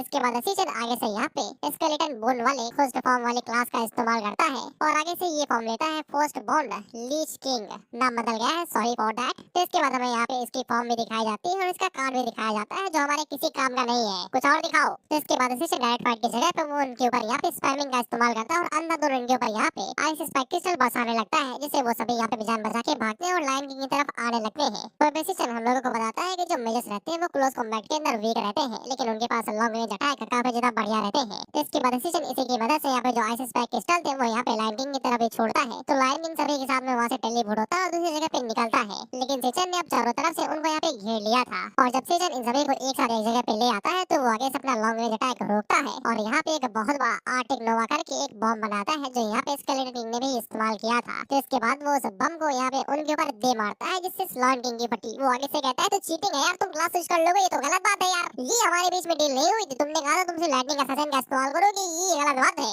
लेकिन लायन किंग बेचारा क्या ही कर पाता, जब उसके ऊपर इतना बड़ा बम आगे गिरता है तो पूरी तरीके से वो जगह ही डिस्टर्ब हो जाती है और ये सारे के सारे उसी के अंदर जम जाते हैं। तो इसके बाद सीजन दोबारा यहाँ पे रक्षा भैया वाली फॉर्म के अंदर स्विच मारता है और इस बार अपने ब्लेड का इस्तेमाल करते हुए एक पावरफुल स्ट्राइक मारता है और एक बार के अंदर ही जितने भी यहाँ पे मॉन्स्टर थे उन सभी के यहाँ पे धज्जियां उड़ा देता है, टुकड़े टुकड़े कर देता है उनके, जैसे अब वो सभी यहाँ पे मारे जाते हैं। तो सीजन डायरेक्ट 17 से 24 लेवल पे आ गया था। साथ ही में उसको यहाँ पे हार्ट और फैंटम बोन जो रिवॉर्ड मिलते हैं वो अलग से, साथ ही में लायन किंग के ऊपर यहाँ पे डिवोर का नोटिफिकेशन भी आ रहा था। इसके बाद सीजन उसको यहाँ पे एब्जॉर्ब कर लेता है और मन के अंदर पूछता है कि तुम्हारी क्या क्लास है। लायन किंग को पूरी तरीके से डिवोर करने के बाद में हमें यहाँ पे इसका कार्ड दिखाया जाता है। तो ये स्टार बीस्ट टेमर था। सिंपल शब्दों में इसके पास यहाँ पे कॉन्ट्रैक्ट बनाने की एबिलिटी थी, यानी कि ये फोर्सफुली किसी भी स्टार बीस्ट के साथ में अपने यहाँ पे पैक्ट बना सकता था, जैसा कि हम लोग देख ही पा रहे थे। इसके बाद ये उनको यहाँ पे कंट्रोल कर सकता था और इसके पास में टेलीपोर्ट करने वाली भी एबिलिटी थी। ये किसी भी अपने पैक्ट यानी कि बीस्ट को जिसके साथ कॉन्ट्रैक्ट बनाया हुई अपने पास उनको यहाँ पे फोर्सफुली ट्रांसपोर्ट कर सकता था, जैसा कि ये लाइनर्स के साथ में कह रहा था जब भी वो मरने वाले होते थे जो उनको अपने पास टेलीपोर्ट कर लेता था। तो टेमर की पहली क्लास थी जिसके बारे में सीजन को पता भी नहीं था, उसने ये क्लास आज तक पहले कभी भी नहीं देखी थी। तो अब सीजन को सब कुछ समझ में आ रहा था कि इसके एटीट्यूड, इसकी फॉर्मेशन कैसे काम कर रहे थे,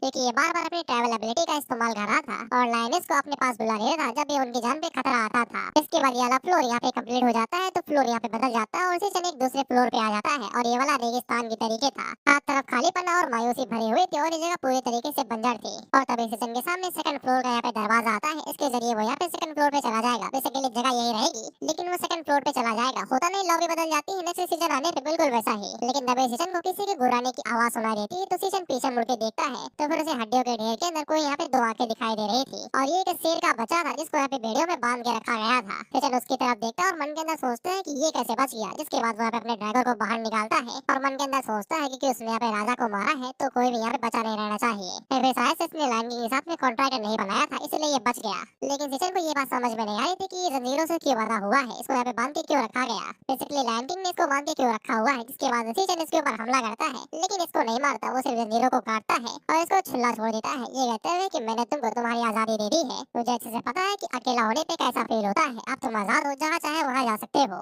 कुछ समय के लिए तुम्हें अकेलापन सताएगा, लेकिन धीरे धीरे करके तुम इसमें जीना सीख जाओगे। इसके बाद सीजन नेक्स्ट फ्लोर की तरफ आगे बढ़ने ही वाला था, उतने में ही सीजन के पास में बिस्ट कॉन्ट्रैक्ट वाला नोटिफिकेशन आता है, जहाँ पे वो जो शेर का बच्चा था वो सीजन के साथ में यहाँ पे कॉन्ट्रैक्ट बनाना चाहता था, जिसके बदले में सीजन को यहाँ पे उसकी तरफ से 2 पैसे व्यूज मिलेंगे, जिसके चलते वो यहाँ पे एक दूसरे के साथ अपने एट्रीब्यूट शेयर कर सकते हैं। बेसिकली अगर यहाँ पे वो शेर का बच्चा स्ट्रॉन्ग बनेगा तो फिर यहाँ पे सीजन को भी एट्रीब्यूट शेयर मिलेगा, और साथ ही में सीजन कॉन्ट्रैक्ट साइन करने के बाद में उसकी आंखों से यहाँ पे कैमरे की तरीके देख सकता है, जब भी वो खतरे में होगा तो वह सीजन उसके पास टेलीपोर्ट हो सकता है, फिर उसको अपने पास बुला सकता है। जिसके बाद सीजन पीछे मुड़ के उस शेर की तरफ के देखता है तो वो आगे से कह रहा था कि भैया हमको लोगे कि नहीं लोगे अपने साथ। वह इसका नाम लियो था और ये लायन किंग था। सीजन उसे पूछता है क्या तुम मेरे साथ आना चाहते हो, तो वो आगे से हाँ कहता है। सीजन उसे कहता है कि मैं जिस भी फ्लोर को कॉन्कर करूंगा वहाँ पे कई सारे खतरनाक मॉन्स्टर रहेंगे, तुम्हें चोट भी लग सकती है और तुम मारे भी जा सकते हो, क्या तुम अभी भी मेरे साथ आना चाहोगे, जिस पे ये हाँ बोलता है। तो सीजन आगे से कॉन्ट्रैक्ट को यहाँ पे एक्सेप्ट कर लेता है और उसके साथ कॉन्ट्रैक्ट को बना लेता है। इसके बाद वो लोग अगले फ्लोर के लिए निकल जाते हैं और सीजन उसे कहता है कि तुम अपने आप को प्रोटेक्ट करना जब मैं यहाँ पे बैटल के अंदर होऊंगा। इसके बाद सीजन यहाँ पे जैसे ही फ्लोर के अंदर पहुंचता है तो ये फ्लोर को ज्यादा ही खतरनाक था, हर तरफ यहाँ पे लावा बह जा रहा था। तो फिर वो लियो को देखते हैं और उसे शौक चढ़ गया था लावा के अंदर अपना हाथ देने का, तो ये अपना हाथ लावा के अंदर देता है तो इसको खाने भर का मिल जाता है। तो सीजन इस फ्लोर के यहाँ पे मॉन्स्टर्स को ढूंढ रहा था, ये कहते हुए कि पता नहीं किस टाइप के मॉन्स्टर होंगे। उतने में कोई सीजन के ऊपर हमला करता और वो हथला इतना ज्यादा स्ट्रॉन्ग था कि इसके सीने को चीरते हुए पार निकल जाता है और एक झटके के अंदर ही ये मारा जाता है। इसके बाद असल दुनिया में इसकी आंखें खुलती है और इसको यहाँ पे एकदम खतरनाक तरीके से दौड़ाया था। ये पसीने में भीग चुका था, बस यही सोच के कि कौन था वो भाई जो झटके के अंदर मार गया, इतनी ज्यादा पावरफुल कॉम्बैट पावर किसकी हो सकती है। इसके बाद सीजन उसे कहती है अगर उठ गए हो तो फिर बाहर आके नाश्ता कर लो। जिसके बाद ये रेडी होकर बाहर निकलता है तो फिर यहाँ पे सीजन ने इसके लिए नाश्ता बना के सब कुछ रेडी किया था और फिर वो स्कूल जाते हुए उसे कहती है कि बर्तन धो के जाना जब तुम खाना खा लो और साथ में कपड़े भी बाहर डाल देना सूखने के लिए। और फिर सीजन उसे पूछता है कि आज तो छुट्टी है ना, तुम कहाँ पे जा रही हो, तो वो आगे से कहती है मेरी समर जॉब है तो मैं वहाँ पे जा रही हूँ। तो सीजन उसे कहता है क्या बोल रही हो, मैंने बोला तो था कि पैसों की दिक्कत खत्म हो गई है। तो वो उसे कहती है कि तुम आगे निकाले हो तो फिर मैं पीछे कैसे रह जाऊँ, अगर मैंने पूरा समर कुछ भी नहीं किया तो फिर मेरा समर वेकेशन पूरी तरीके से बोरिंग होगा, इसलिए मैं तो चली तुम कपड़े और बर्तन धो के जाना। जिसके बाद लोग सीजन को देखते हैं जो वही काम कर रहा था जो उसे करने के लिए बोला गया था और वो अपने मन के अंदर सोचता है कि सीजन हमेशा से ऐसे ही थी, समझदार और अपनी उम्र से ज्यादा बड़ी, उसके साथ जब भी रहता हूँ तो मुझे लगता है कि मैं बच्चा बन गया हूँ। तो फिर सीजन अपने मन के अंदर सोचता है कि जैसे स्कूल खत्म होगा तो वो डिमन किंग रात के साथ में यहाँ पे फाइट करेगा, तब वो यहाँ पे सीजन की साइड पे नहीं रह पाएगा, तो फिर उसे प्रोटेक्ट कौन करेगा। तभी सीजन को कुछ याद आता है, जिसके बाद वो थोड़ा सा फोकस करता है और यहाँ पे लियो को समन कर लेता है पोर्टल के जरिए। जिससे तो सीजन में हैरान हुआ था क्योंकि उसे यकीन नहीं था कि वो यहाँ पे टावर के अंदर से कोई मॉन्स्टर बाहर भी समन कर सकता है। हालांकि लियो जैसे ही बाहर आता है तो वो मजे लेने लगता है और इधर उधर नुकसान खराब करने लगता है, बिल्कुल बिल्लियों की तरीके। पर सीजन हमारी तरीके ही वही काम करने वाला था जो हमने पहले ही सोच रखा है, वो लियो को यहाँ पे सीजन के साथ में छोड़ देगा और जब वो खतरे में होगी तो उसे यहाँ पे लियो के जरिए पता चल जाएगा और वो तुरंत ही लायन किंग की एबिलिटी का यूज करते हुए उसके पास टेलीपोर्ट हो जाएगा। और साथ में सीजन को यहाँ पे कुत्ते बिल्लियां को ज्यादा ही पसंद है, तो फिर उसे यहाँ पे कोई भी दिक्कत नहीं होगी लियो को लेने में। और तभी सीजन को किचन के अंदर से आवाज आती है तो ये जब झांक के देखता है तो फिर लियो ने कोहराम मचा दिया था और सीजन उसको देख के मन के अंदर यही सोचता है कि वो इसको एक्सेप्ट भी करेगी। इसके बाद हम लोग शाम के टाइम पे देखते हैं तो यहाँ पे पहले ही कैमरा किसी ने धज्जियां उड़ा दी थी। इसके बाद हम लोग एक अवेंजर को देखते हैं जो कि किसी के साथ फाइट कर रहा था और इसके हालात काफी ज्यादा खराब थे, तो फिर हम उसकी तरफ किसी को बढ़ता हुआ देख पाते हैं और इसने क्लॉ निकाल रखे तो वो भी अपने हाथों का यूज करते हुए। इसके बाद वो उस अवेंजर के ऊपर हमला करता है और उसे खत्म कर देता है। फिर इसकी आंखों के रिफ्लेक्शन से हम लोग यहाँ पे एक मुकुट देख पाते हैं और पता नहीं क्यों ये मुझे यहाँ पे लैनियो की याद दिला रहा था, वही जिसने यहाँ पे सीजन के साथ फर्स्ट चैप्टर में फाइट की थी, क्योंकि आगे से डिवोवरिंग एबिलिटी का इस्तेमाल कर रहा था और इसको यहाँ पे डिवोवर कर रहा था। इसके बाद हम लोग सुएन को देखते हैं जो कि आगे से यहाँ पे पता नहीं शायद से डिलीवरी वाला काम कर रही थी, क्योंकि ये किसी के लिए यहाँ पे बबल टी लेके जा रही थी, वहाँ पे जिसमें जेली टाइप के मीठे गोले रहते हैं और बाकी कॉफी मीठी रहती है। और ये उसी गली से जा रही थी जहाँ पे वो डिवोवर यहाँ पे हमला किया था। तभी कोई सीएन के पीछे आता है और उससे कहता है कि तुम आखिरकार यहाँ पे आ ही गए। खैर ये कोई मौसम नहीं था, ये हरामखोर कुत्ते का पिल्ला था जो कि यून का पीछा करते हुए यहाँ पे आ गया था। इसको देखते ही मेरा मूड खराब हो जाता है, मन तो होता हूँ पैनल के अंदर घुस के इसको इतना मारूं जमीन पे रगड़ दो इसका मुंह में, उससे भी लेकिन मुझे चैन ना आए। खैर ये सीओन से वही बकवास करता है कि मैंने तुम्हें बुलाया था तुम आए नहीं, इसलिए मैंने दोबारा कुछ बुक कर लिया।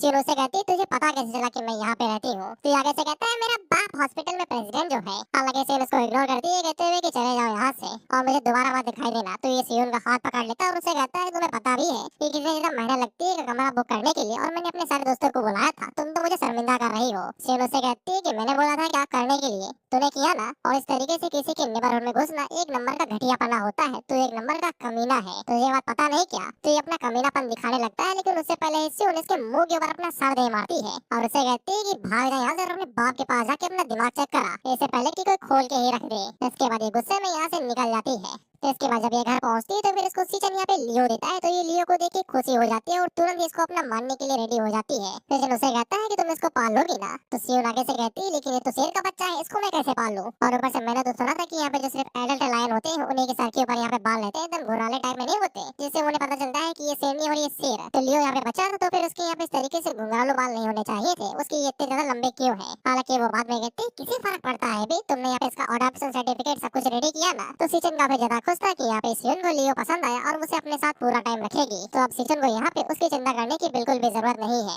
उसी टाइम में हम लोग देखते हैं कि सीचन के पास में यहाँ guild supervision and management bureau की तरफ से मैसेज आता है और उसके अप्रूवल को यहाँ पे एक्सेप्ट कर लिया गया था। तो उसने यहाँ पे एप्लीकेशन भेजा था। अब मैं इसे स्पॉइलर नहीं दूंगा, आगे तुम जान लेना। बस इसने कुछ चीज के लिए अप्लाई किया था जो कि यहाँ पे एक्सेप्ट कर लिया गया है। अब बस सीचन को यहाँ पे टीम के साथ में यहाँ पे फाइट करनी और मैच को जीतना है, जिसके बाद सब कुछ इजीली चला जाएगा। जिसके बाद अगला सीन यहाँ पे रीमैच का होगा जहाँ पे टिंग और सीचन दोनों एक साथ जंगली डिमन लेयर के अंदर जाएंगे और वहाँ के बॉस को हराएंगे और देखेंगे कि किसके पास है असली बाहुबल। इसके बाद हम लोग बुड्ढे जुबान को दोबारा देखते हैं और इसको जब भी देखता हूँ थोड़ा थोड़ा मूड खराब हो जाता है। बुड्ढा जुबान लोगों को बताता है कि देखो भाई, हम लोगों ने डिसाइड किया है कि ये डंजन तुम लोगों के लिए बढ़िया है क्योंकि इसकी बेरंग यहाँ पे डे के बराबर ही है और पिछले एग्रीमेंट के हिसाब से दो भी जो कैंडिडेट है वो सब भी सेम ही डंजन के अंदर जाएंगे। और क्योंकि ये डंजन यहाँ पे अनफेमिलियर है, हमें भी नहीं पता कि अंदर क्या क्या हो सकता है, तो फिर यहाँ पे खतरा भी होगा, जिसको यहाँ पे मिनिमाइज करने के लिए हम लोगों ने यहाँ पे 3 हाई लेवल के गिल्ड मेंबर्स को बुलाया है जो कि ईस्टर्न किंगडम से आए हुए हैं। ये तुम्हारे साथ ही डंजन के अंदर जाएंगे और तुम्हें प्रोटेक्ट करने के लिए बीच में एक्ट करेंगे। ऑफ कोर्स अगर तुम्हारी जान खतरे में आती है तो, नहीं तो तुम अपने हिसाब से मस्त मौला होके घूमो। हम लोग यहाँ पे इवान को देखते हैं जो कि फ्लावर चांटर है। जिसके बाद हम लोग डिवाइन आई गिल्ड की कायो को देखते हैं जो कि फ्लेम शूटर है। इसके बाद हम लोग गिनफेंग गिल्ड के एक तरफ से साथों को देखते हैं जो कि स्टार वॉरियर है।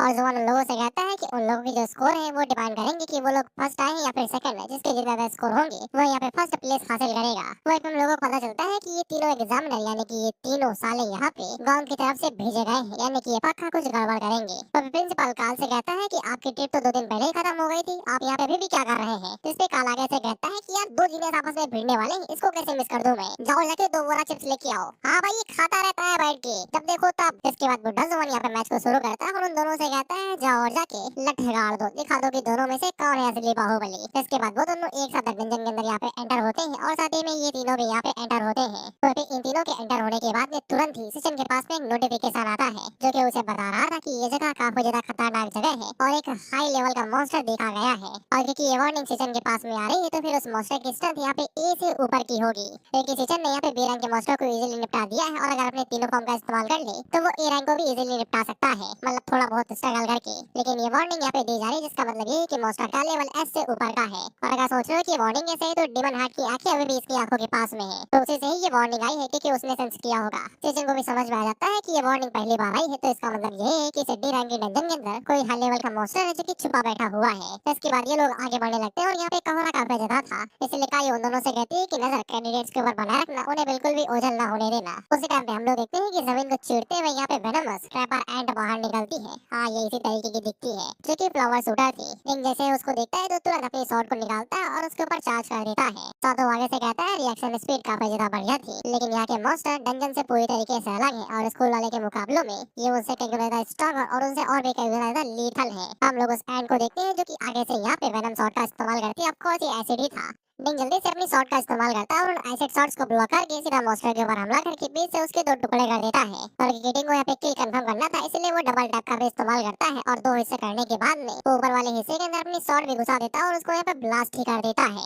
और ये तीनों यहाँ पे प्रोटेक्टर के साथ साथ एग्जामिनर भी थे। बेसिकली ये इन तीनों को यहाँ पे पॉइंट देंगे, इनकी यहाँ पे रिस्पॉन्स और बाकी सब कुछ देखते हुए, जैसे कि कायो यहाँ पे पूरे 10 पॉइंट देती है, डिंगो की उसका काउंटर अटैक और साथ में यहाँ पे किल कंफर्म करना और वगैरह वगैरह मिला के पूरे 10 पॉइंट देती है। इवान भी आगे से वही बात बोलता है और सादो भी आगे से वही बात बोलता है। ये तीनों यहाँ पे डिंग को पूरे 10 पॉइंट देते हैं, ये कहते हुए कि इसका प्रिसीजन और इसका सब कुछ एकदम परफेक्ट था, क्योंकि एक स्टूडेंट यहाँ पे डी रैंक के मॉन्स्टर को इतने प्रिसीजन और एकदम पूरी तरीके से हैंडल करे तो ये काफी ज्यादा प्रॉमिसिंग बात है। इसके बाद वो लोग दूसरे कैंडिडेट यानी कि सिचन की तरफ देखते हैं तो इन्हें सिचन के अंदर कोई भी यहाँ पे कुछ खास बात दिखाई नहीं दे रही थी। इसने अभी तक किसी भी मॉन्स्टर की तरफ यहाँ पे अटैक नहीं किया था और ये तो कुछ कर भी नहीं रहा है। तो हम लोग काल को देखते हैं जो कि प्रिंसिपल से कहता है कि आपको क्या लगता है कि सिचन क्या ढूंढ रहा है। तो प्रिंसिपल का नाम युवान लॉन्ग रॉन्ग है। इस पे प्रिंसिपल आगे से कहते हैं जहाँ तक मुझे लगता है कि वो फास्टेस्ट वे ढूंढ रहा है ज्यादा से ज्यादा पॉइंट इकट्ठा करने का। जिसके बाद हम लोग सीजन को देखते हैं जो कि शायद से उस मुंह के पास में आ गया था जहाँ से मॉन्स्टर नेस्ट की शुरुआत होती है और सीजन अपने ड्रैगन को बाहर निकालता है और उसी के अंदर बिजली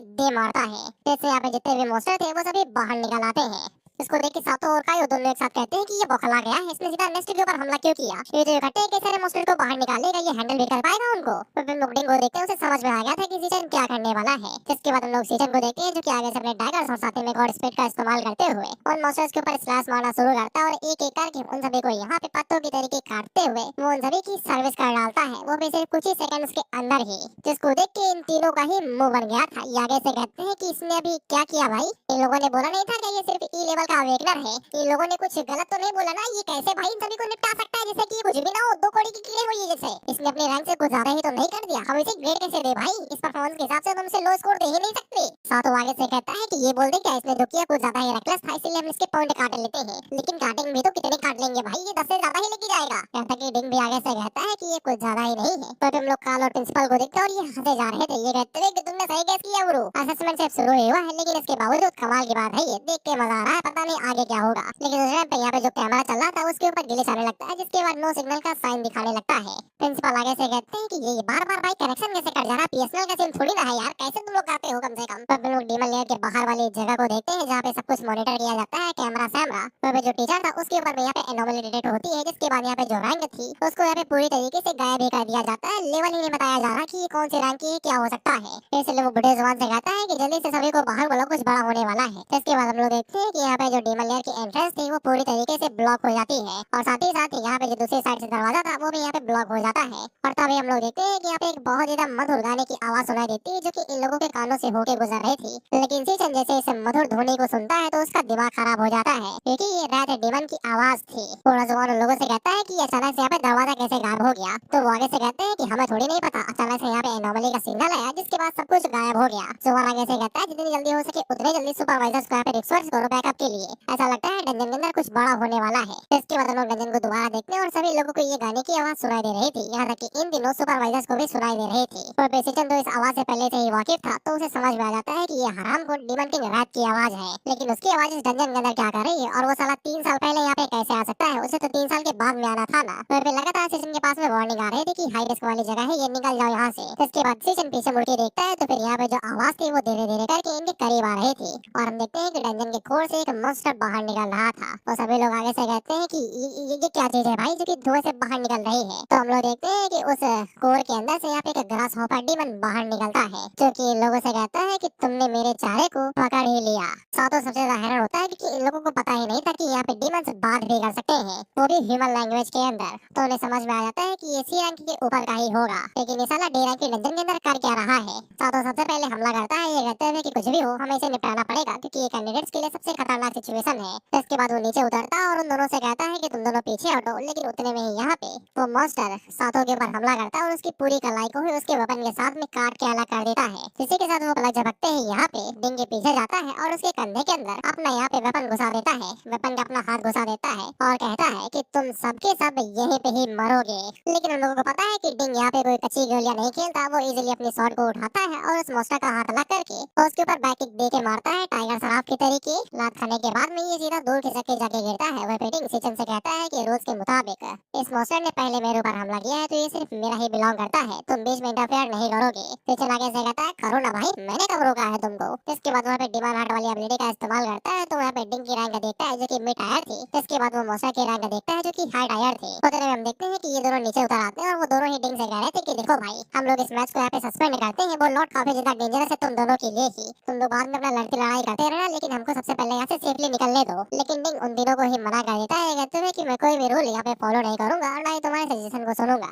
इसके बाद वो अपनी फायर एबिलिटी का यूज करते हुए अपने जख्म को यहाँ पे सील करता है ताकि ब्लीडिंग रुक जाए। वैसे तो सीजन में हैरान हुआ था कि इतना दम है लौंडे के अंदर। बेसिकली ये रॉयल है ना, तो फिर रॉयल लोग के अंदर दम नहीं रहता है कि वो यहाँ पे खुद को नुकसान पहुंचा सके, लेकिन डिंग के अंदर है। प्राइड के लिए बंदा अपनी जान भी दे देगा। तो इसके बाद वो मॉन्स्टर के ऊपर हमला कर देता है, ये कहते हुए कि ये डुअल तो चालू रहेगा, इसे कोई भी रोकेगा नहीं। इसके बाद वो दोनों एक दूसरे के साथ में यहाँ पे फाइट करने लगते हैं। इसके बाद तुम लोग यहाँ पे बुड्ढे जुआन वाली साइड को देखते हैं, तो इसने बैकअप बुला लिया था। बैकअप के लिए यहाँ पे गिल्ड वाले आए हुए थे और वो आगे से बता रहे थे कि ऐसे आजकल कुछ ज्यादा ही हो रहा है। कई सारे डंजन्स के अंदर यहाँ पे हाई लेवल के मॉन्स्टर छुपे रहते हैं, जिनके पास इंटेलिजेंस बहुत ज्यादा हाई रहता है। तो यहाँ पे डंजन को पहले तो ओपन करते हैं अपना ग्रेड घटा के, इसके बाद जैसे ही ह्यूमन अंदर आ जाते हैं तो वो उनको अंदर ही ट्रैप कर लेते हैं। इस बंदे का नाम लिन वो किए हुए था और ये इंपीरियल गिल्ड का यहाँ पे लीडर था। तो जुआन लिन से कहता है कि तो हम लोग क्या करें भाई, हम लोग इसको खोले कैसे, हम लोगों को अंदर जाना पड़ेगा, अंदर कई सारे लोगों की जान खतरे में है। इस पे लिन आगे से कहता है इसको खोलने का बस एक ही रास्ता है कि अंदर जो डीमन लेयर का लॉर्ड है उसे मार गिराओ। तो जुआन को यहाँ पे चैन की सांस आती है, वो आगे से कहता है कि ये डंजन यहाँ पे डी टायर की थी, तो अंदर जो डीमन लॉर्ड होगा वो ज्यादा से ज्यादा यहाँ पे सी टायर का होगा और उन सभी की स्ट्रेंथ मिला कि वो सी टायर से तो ऊपर ही होंगे, तो उनको कोई भी परेशानी नहीं होनी चाहिए मॉन्स्टर लॉर्ड को यहाँ पे हराने में। लेकिन लिन आगे से कहता है नहीं नहीं दोस्त, ये जो तुम सो कॉल्ड डी टायर की डंजन बोल रहे हो ना, ये तो बस एक डिस्गाइज था, एक छुपावा था, एक छलावा था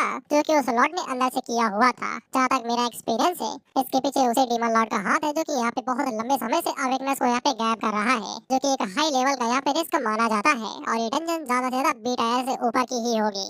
यानी कि ये जो टिड्डा आया है ये साला सी रैंक पे है, तो ये कोई लॉर्ड नहीं है, लॉर्ड कोई और है, ये तो बस एक मोहरा है। हेडिंग इसके साथ में यहाँ पे फाइट कर रहा था और वो इसलिए यहाँ पे फाइट बैक कर रहा था, लेकिन इसके बावजूद उसको यहाँ पे नुकसान तो हो ही रहा था रैंक थोड़ी सी हाई होने की वजह से। उस टिड्डे को जैसे ही ओपनिंग मिलती है तो वो यहाँ पे डिंग के ऊपर हमला करने की कोशिश करता है, लेकिन डिंग उसके अटैक को यहाँ पे डॉज करता है और उसके अटैक को ओपनिंग के अंदर बदल के उसके ऊपर यहाँ पे अपनी शॉट से हमला करता है और उसकी मुंडी धड़ से अलग कर देता है। फिर वो मुंडी इन तीनों के पास में आके गिरती है, तो ये लोग यहाँ पे डिंग की तारीफ करने लगते हैं कि उसने अकेले यहाँ पे लॉर्ड को हैंडल कर लिया। सच में यहाँ पे कमाल की है, उसको हल्के में लिया नहीं जा सकता। फिर लोग इवान को देखते हैं जो कि शायद से हीलिंग एबिलिटीज यूज करते हुए सातो को जो हाथ था उसको यहाँ पे दोबारा चिपका देता है, लेकिन नबीसा तो अपने यहाँ पे ब्रेसलेट को चेक करता है तो फिर उनके पास कोई भी सिग्नल नहीं था। इन लोगों का कनेक्शन बाहर से पूरी तरीके से टूट गया था। काई और इवान दोनों ही यहाँ पे चेक करते हैं और उनका भी कनेक्शन पूरी तरीके से यहाँ पे टूट गया था। जिसके बाद वो कैमरा बॉट की तरफ देखते हैं तो उसके भी लग चुके थे। वहीं पे डिंग का ध्यान यहाँ पे उस बॉडी की तरफ नहीं था, तो हम लोग उस बॉडी को मूव करता हुआ देख पाते हैं और वो डायरेक्ट डिंग के ऊपर हमला कर देती है। लेकिन उससे पहले इसी चंद तेजी के साथ में आगे बढ़ता है जो कि इजीली उस मॉन्स्टर के यहाँ पे चीथड़े उड़ा देता है।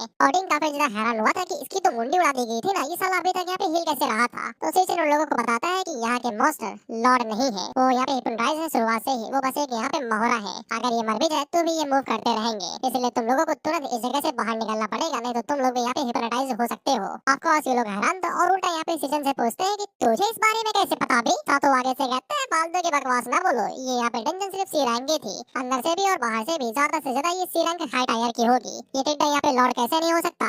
उतने में सीजन के पास में दोबारा यहाँ पे नोटिफिकेशन आता है कि भैया छोड़ के जगह कब जाओगे यार, 4 बार बताना पड़ेगा क्या तुमको। और तभी हम लोग देखते हैं कि अंदर से और भी ज्यादा यहाँ पे गाने की आवाज आती है जो कि इस बार यहाँ पे इन लोगों के कानों के अंदर जैसे ही घुसती है तो ये लोग यहाँ पे हिप्नोटाइज्ड हो जाते हैं। सीजन जल्दी से एयरपोर्ट बाहर निकालता है और अपने कानों में लगा लेता है, ये कहते हुए कि अब तो बहुत ज्यादा देर हो चुकी है। तो सीजन इस गाने की आवाज कभी भी भूल नहीं सकता, कभी भी नहीं। उसकी पास्ट लाइफ के अंदर जब यहाँ पे रात पहली बार आया था तो फिर पहली बार में उसने इन्हीं साउंड वेव का इस्तेमाल किया था कई सारे ऑर्डिनरी ह्यूमन को हिप्नोटाइज और उनकी जान लेने के लिए, और उसने अब इस तरीके से कई सारे ऑर्डिनरी ह्यूमंस की जान ले ली थी पूरी दुनिया भर के अंदर। हिप्नोटाइज होने के बाद में ये लोग यहाँ पे उस मॉन्स्टर की तरफ आगे बढ़ने लगते हैं जो कि यहाँ पे डंजन का कोर था। पेशेंट को पहले से ही पता था कि इसका रात के साथ कुछ लेना देना है, तो वो भी इनके पीछे चल देता है चेक करने के लिए कि ये माजरा क्या है। इसके बाद ये लोग उस साउंड वेव को फॉलो करते हुए एकदम कोर के अंदर आ जाते हैं जहाँ पे एक बहुत बड़ा डीमन लॉर्ड था। और उसे कमाल की बात ये थी कि यहाँ पे कई सारे अंडे पड़े हुए थे जिनके अंदर से शायद से वही टिड्डे बाहर निकले थे जिनका सामना यहाँ पे डिंग के साथ में हुआ था, और कई सारे यहाँ पे ह्यूमंस की बॉडीज भी पड़ी हुई थी जो कि यहाँ पे मारे गए होंगे।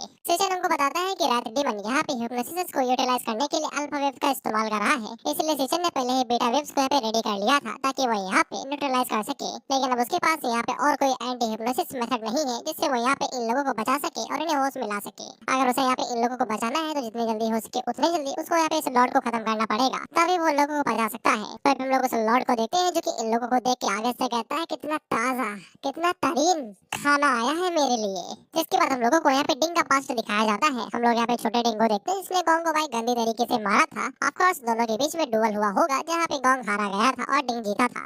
उन दोनों का बाप उनसे कहता है कि बढ़िया है तुम दोबारा जीत गए। पर बेटी से डिंग की उम्र सिर्फ 8 साल की है। जिसके बाद वो उसे यहाँ पे टेबल पे बुलाता है ये कहते हुए कि तुम यहाँ पे खाना खा सकते हो और सिर्फ जीतने वाले को ही खाना मिलेगा और जो हारेगा वो पूरी रात यहाँ पे बाहर ही बैठेगा। हम लोग गोंग को देखते हैं जो कि बाहर ही बैठा हुआ था और उसके पेट से जोरों की आवाज आ रही थी, लेकिन उसी टाइम पे जो डिंग था वो यहाँ पे बड़े भाई होने का फर्ज अदा करता है और उसके लिए यहाँ पे खाना लेके आता है।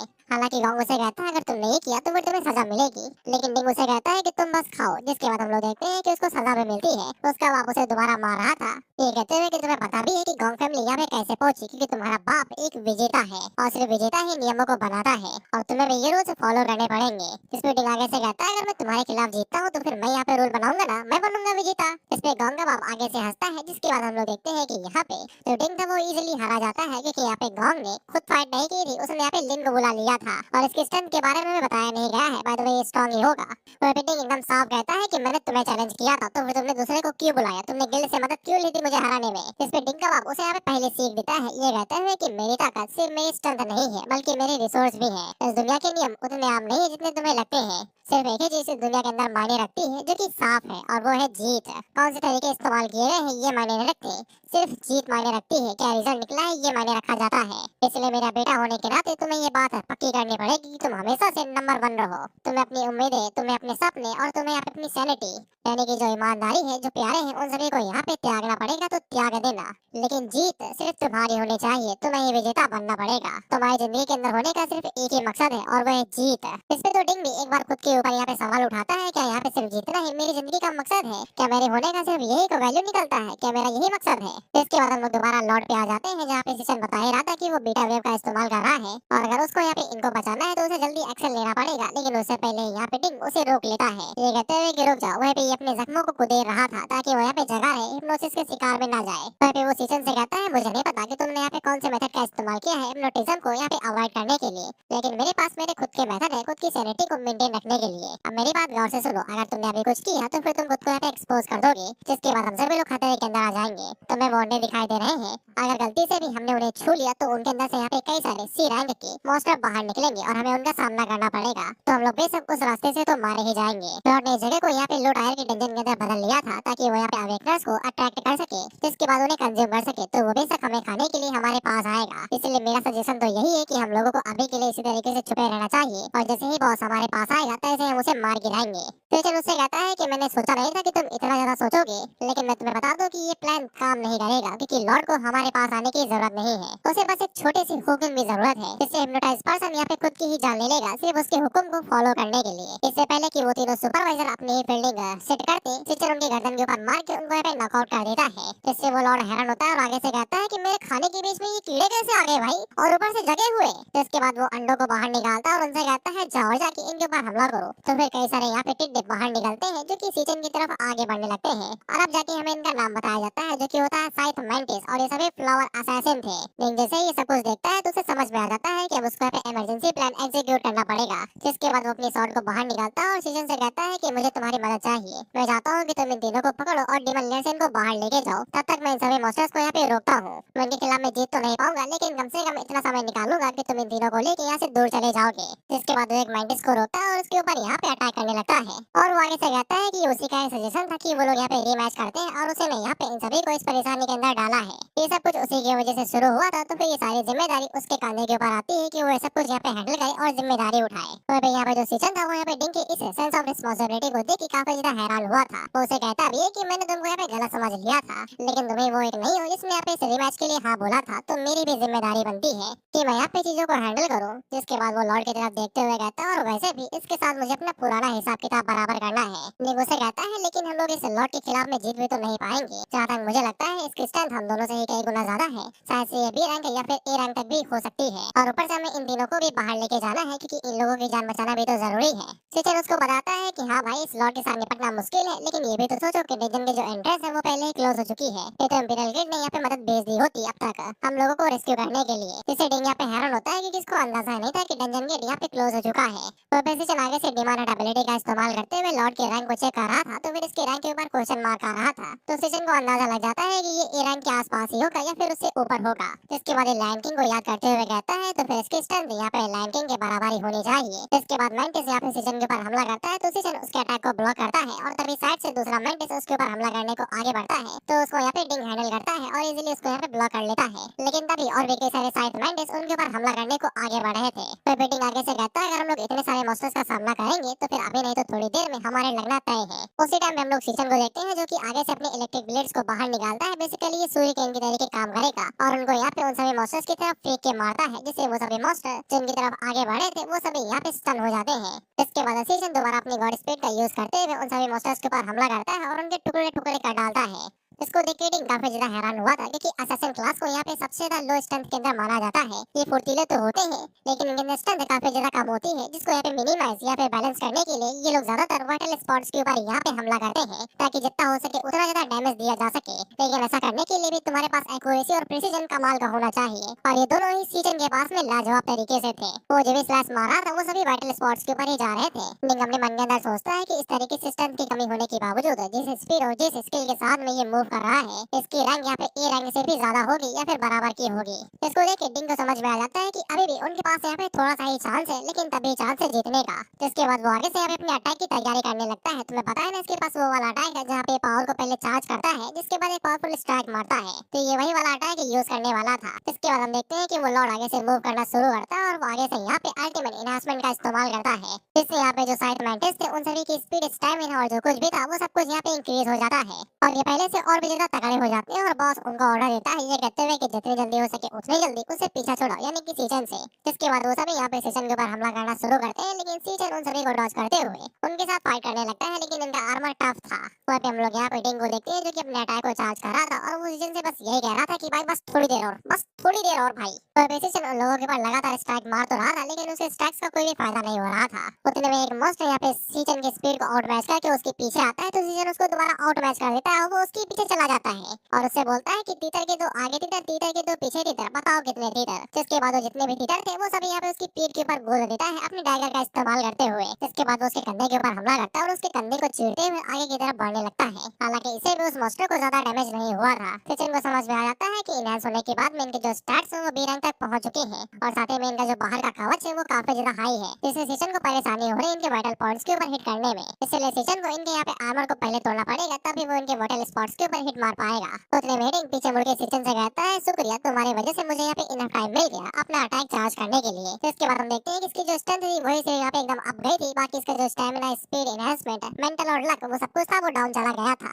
लेकिन तभी यहाँ से सिंसिडो के यहाँ पे सियोन के ऊपर आ जाता है और उसकी फ्रेंड यहाँ पे उसके अपार्टमेंट के अंदर आए हुए थे। तो सियोन उसे कहती है कि वो इतने समय यहाँ पे अकेली है उसका भाई यहाँ पे घर पे नहीं है। तो टॉम उसे पूछती है कि तुम्हारे भाई को पता है कि तुमने यहाँ पे एकेडमिक एंट्रेंस एग्जाम को पास कर लिया है। तो सियोन उसको बताती है कि उसे नहीं पता है जब वो वापस आएगा तो मैं उसे बताऊंगी। अभी के लिए शायद वो आज लेट हो गया है लेकिन बहुत ही जल्द वो आ जाएगा हम लोग चलो। लेकिन तभी सियोन को दिखाई देता है कि उसका जो लहसुन का अचार है वो खत्म हो चुका है। तो वो टॉम से कहती है कि तुम 2 मिनट इंतजार करो। मैं दौड़ के गई और दौड़ के लेके आई हमारे लहसुन का अचार। जिसके बाद वो पासी की शॉप में जाती है और वहाँ से लहसुन का अचार लेके वापस आ रही थी और साथ ही में ये लियो को भी ले आई थी। ये इसको हमेशा अपने साथ ही रखती है। वह भी ये उसे कहती है कि तुमने अच्छे से अपने कहना माना तुमने यहाँ पे बैग से झाँका नहीं मैं तुमको और भी ज्यादा खुकी दूंगी अगली बार। वह जब सियोन अपने घर की तरफ जा रही थी तो फिर हम कुछ लोगों को देखते हैं जिनके पास सियोन की यहाँ पे फोटो थी। आपको ये यहाँ पे उठाने के लिए आए हुए थे। वह भी ये लोग मौके की फिराक में थे जहाँ पे एकदम सर्वेलेंस का कोई नामो निशान नहीं है। बेसिकली यहाँ पे सीसीटीवी कैमरा नहीं है। बाय द वे चाइना के अंदर हर एक गली के अंदर कैमरा है ही है। अगर कोई सिटी है तो वहाँ पे तुम्हें इतने लोग नहीं मिलेंगे जितने कैमरा मिल जाएंगे। हालांकि सियोन को भनक लग जाते है कि कुछ लोग उसका यहाँ पे पीछा कर रहे हैं जब से वो यहाँ पे मार्केट से बाहर निकली थी। वहाँ पे लोग लियो को देखते हैं जो कि भड़का हुआ था। लेकिन यहाँ पे लियो से कहती है कि तुम अंदर ही छुप जाओ हम लोग थोड़े से एडवेंचर पे बाहर निकले हैं बस। तब सिंसिटो की यहाँ पे फाइट पे आ जाता है जहाँ पे हम लोग सीजन को देखते हैं जो कि रेडी था। उससे पहले यहाँ पे टिंग उसे कहता है कि समय निकालने के लिए शुक्रिया इतना काफी है। जिसके बाद वो यहाँ पे अपनी अल्टीमेट स्ट्राइक का इस्तेमाल करते हुए सामने की तरफ एक पावरफुल स्ट्राइक मारता है और सामने से जितने भी यहाँ पे साइड मेंटिस थे वो सभी जल के राख हो जाते हैं और वो स्लैश लगातार उस लॉर्ड की तरफ आगे बढ़ते जा रहा था। इसके बाद वहाँ पे वो स्ट्राइक हिट होती है और एकदम तगड़ा धमाका होता है। हम लोग यहाँ पे डिंग को देखते हैं जिसका स्टैमिना स्पीड और सब कुछ यहाँ पे पूरी तरीके से खाली हो चुका था तो ये अपनी कमजोरों वाली स्टेट पे आ गया था। हालांकि इसको पूरा यकीन था कि सामने की तरफ जो मैच हो रहा था वो पूरी तरीके से क्लीन हो चुका है। लेकिन तभी हम लोग यहाँ पे लॉर्ड को देखते हैं जो कि आगे से हंसते हुए निकलता है ये कहते हुए कि बस यही औकात है क्या तुम्हारी, यही तुम्हारी क्षमता है। कचड़ा हमेशा कचड़ा ही रहता है। जिसे डिंग को सबसे बड़ा झटका लगता है। उसे तो यकीन नहीं हो रहा कि उसने यहाँ पे जो अपनी पावरफुल स्ट्राइक मारी वो किसी भी काम की नहीं रही। बॉस को एक खरोच तक नहीं आई। सीजन लोगों को बताता है कि जब यहाँ पे डिंग ने अपनी लास्ट स्ट्राइक मारी थी तो फिर वो स्ट्राइक उसको लगने से पहले यहाँ पे जितने भी अंडे थे उन सभी की एनर्जी को इस लॉर्ड ने अब्सॉर्ब कर लिया था। तो इसके ऊपर एक प्रोटेक्टिव बैरियर बन गया था। इसी वजह से ये स्ट्राइक से बच गया और उसे खरोच तक नहीं आई। हम डिंग को देखते हैं तो ये बेचारा निराश हो चुका था। इसको तो लग रहा था कि इसी जगह पे इसका पैकअप होगा, यानी कि ये मारा जाएगा। लेकिन तभी सीजन इसे कहता है कि चलो हम लोग एक डील करते हैं। तुम असेसमेंट का फर्स्ट प्राइस ले लेना, लेकिन मुझको सिर्फ यहाँ पे पैसे चाहिए। पहले नंबर तुम ही बनोगे, चैंपियन तुम ही बनोगे। मुझे सिर्फ पैसों से मतलब है, लेकिन मेरी सिर्फ एक कंडीशन है।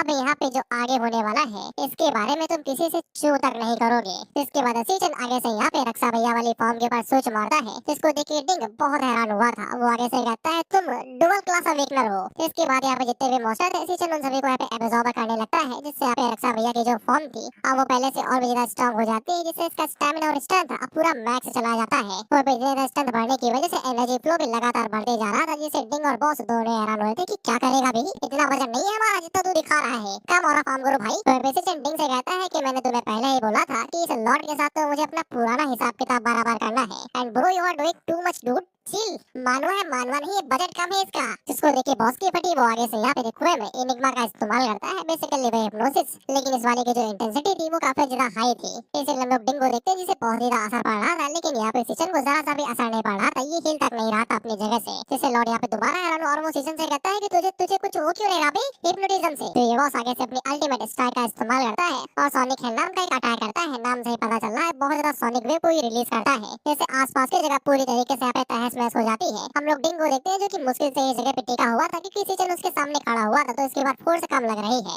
लेकिन हम लोग सीजन को देखते हैं और इसे दोबारा कुछ भी नहीं हुआ था और ये लगातार लॉर्ड की तरफ आगे बढ़ते रहता है। तो लॉर्ड की दोबारा फटी। ये आगे से कहता है कि तुम्हें कुछ हो क्यों नहीं रहा, मैं तुम्हें यहाँ पे बिल्कुल भी नुकसान नहीं पहुंचा रहा, ऐसे कैसे हो सकता है। तो इसके बाद ये अपने सपेरे को आगे भेजता है ये कहते हुए कि चीर डालो इसको। तो सीजन आगे से यहाँ पे रक्षा भैया की ब्लेड का इस्तेमाल करता है और सांप के दो टुकड़े कर देता है, उसका जबड़ा ही काट देता है। तो इसके बाद और भी कई सारे सांप हमला करने को आगे बढ़ते हैं, लेकिन सीजन उनके ऊपर भी हमला करता है और उनके भी जबड़े धड़ से अलग कर देता है। और इसी तरीके से वो लगातार आगे बढ़ते जा रहा था। तो बॉस की और भी फट रही थी, लेकिन वो कहता है कि मेरा डिफेंस अल्टीमेट डिफेंस है, तो मुझे तोड़ ही नहीं पाओगे। तो सीजन आगे से स्ट्राइक मारते हुए कहता है कि वो तो हम देख लेंगे। जिसके बाद हम लोग देखते हैं कि सीजन ने यहाँ पे स्टार वॉरियर की किसी स्किल का इस्तेमाल किया था, जिसका नाम मेरियाड बोन्स्टोरियन था, जिसके चलते वो यहाँ पे आसपास की जितनी भी लाशें होंगी उन सभी को यहाँ पे स्टैमिना और स्ट्रेंथ के अंदर एब्सॉर्ब कर लेगा और उनको यूजर की कुछ समय के लिए बहुत ज्यादा पावरफुल एनर्जी वेव के अंदर बदल देगा, जिससे यहाँ पे सीजन की जो स्ट्रेंथ थी वो यहाँ पे पूरी तरीके से मैक्स हो जाती है। जिसके बाद जब वो लॉर्ड के ऊपर स्ट्राइक मारता है तो उसके डिफेंस के साथ साथ उसकी छाती के ऊपर इतनी तगड़ी स्ट्राइक लगती है कि उसकी भी चीख निकल जाती है। पर तो डिंग को तो यकीन नहीं हो रहा था कि यहाँ पे सीजन ने बस एक स्ट्राइक के अंदर ही लॉर्ड का जो बैनर था उसके यहाँ पे टुकड़े टुकड़े कर डाले और वो मन में सोचता है कि तुम हो क्या भला तुम। इसके बाद सीजन आगे से यहाँ पे एक जोरदार पंच बॉस के पेड़ के ऊपर दे के मारता है, वो भी हाइपर मास मोड का इस्तेमाल करते हुए, यानी कि स्ट्रेंथ कई गुना बढ़ गई थी और वो एक पंच मार के इसके छाती के आर पार हो जाता है।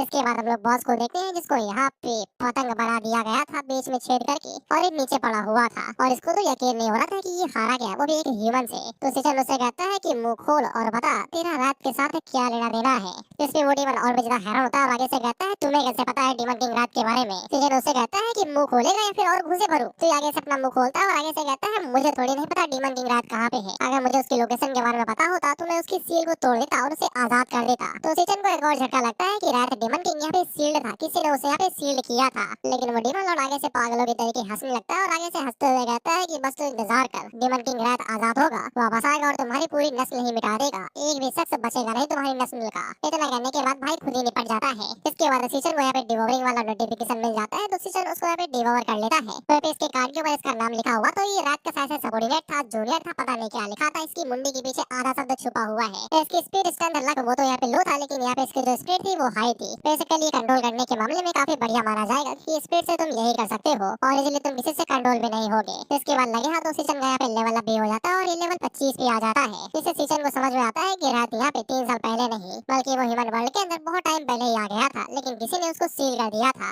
अननोन रीजन की वजह से। और अब जाके सीजन को समझ में आ जाता है कि वो अभी भी यहाँ पे कई सारी चीजों से कितना अनजान है। तब मीटिंग यहाँ पे खिसकते हुए आता है और वो आगे से सीजन से कहता है कि मैंने सोचा भी नहीं था कि तुम डुअल क्लास अवेकनर होगे और तुम मुझसे कई गुना ज्यादा स्ट्रांग हो और तुम्हें यहाँ पे असेसमेंट के विजेता हो। चिंता ना करो, यहाँ पे जो कुछ भी हुआ है वो सब कुछ सीक्रेट रहेगा। लेकिन तभी हम लोग डिंगो देखते हैं जो कि घायल था तो वो नीचे ही गिर जाता है। सिचन उससे कहता है लॉर्ड मर चुका है तो फिर यहाँ पे जो एंट्रेंस है वो भी यहाँ पे खुल चुकी होगी, थोड़ा सा होल्ड बैक करो, थोड़ी ही देर में यहाँ पे गिल्ड आ जाएगा और तुमको यहाँ पे रेस्क्यू कर लेगा। उसी टाइम पे सिचन को यहाँ पे लियो की एबिलिटी के जरिए पता चलता है कि यहाँ पे सियोन के ऊपर खतरा आया है और वहाँ पे कोई दूसरा पावरफुल अवेकनर आ गया है और सियोन की जान खतरे में है। इसके बाद हम लोग सियोन की साइड पे दोबारा आ जाते हैं जहाँ पे वो लोग उसका अभी भी पीछा कर रहे थे। तो सियोन जल्दी से वहाँ से भाग रही थी और वो एक भीड़ वाली जगह के अंदर आ जाती है जहाँ पे उन लोगों के लिए मुश्किल होगी सियोन को हंट करना या फिर उसे उठाना। इसके बाद वो भीड़ के जरिए उनको पीछे छोड़ देती है और लगातार आगे बढ़ती रहती है और चकमा देके उनको हमें पीछा भी छुड़ा लेते हैं। लेकिन उसने ये नहीं सोचा था कि यहाँ पे वो दो नहीं बल्कि तीन लोग होंगे। जिसके बाद हम लोग उस बंदे को देखते हैं जिसको यहाँ पे लियो ने सिचन को दिखाया था अपनी एबिलिटी के जरिए।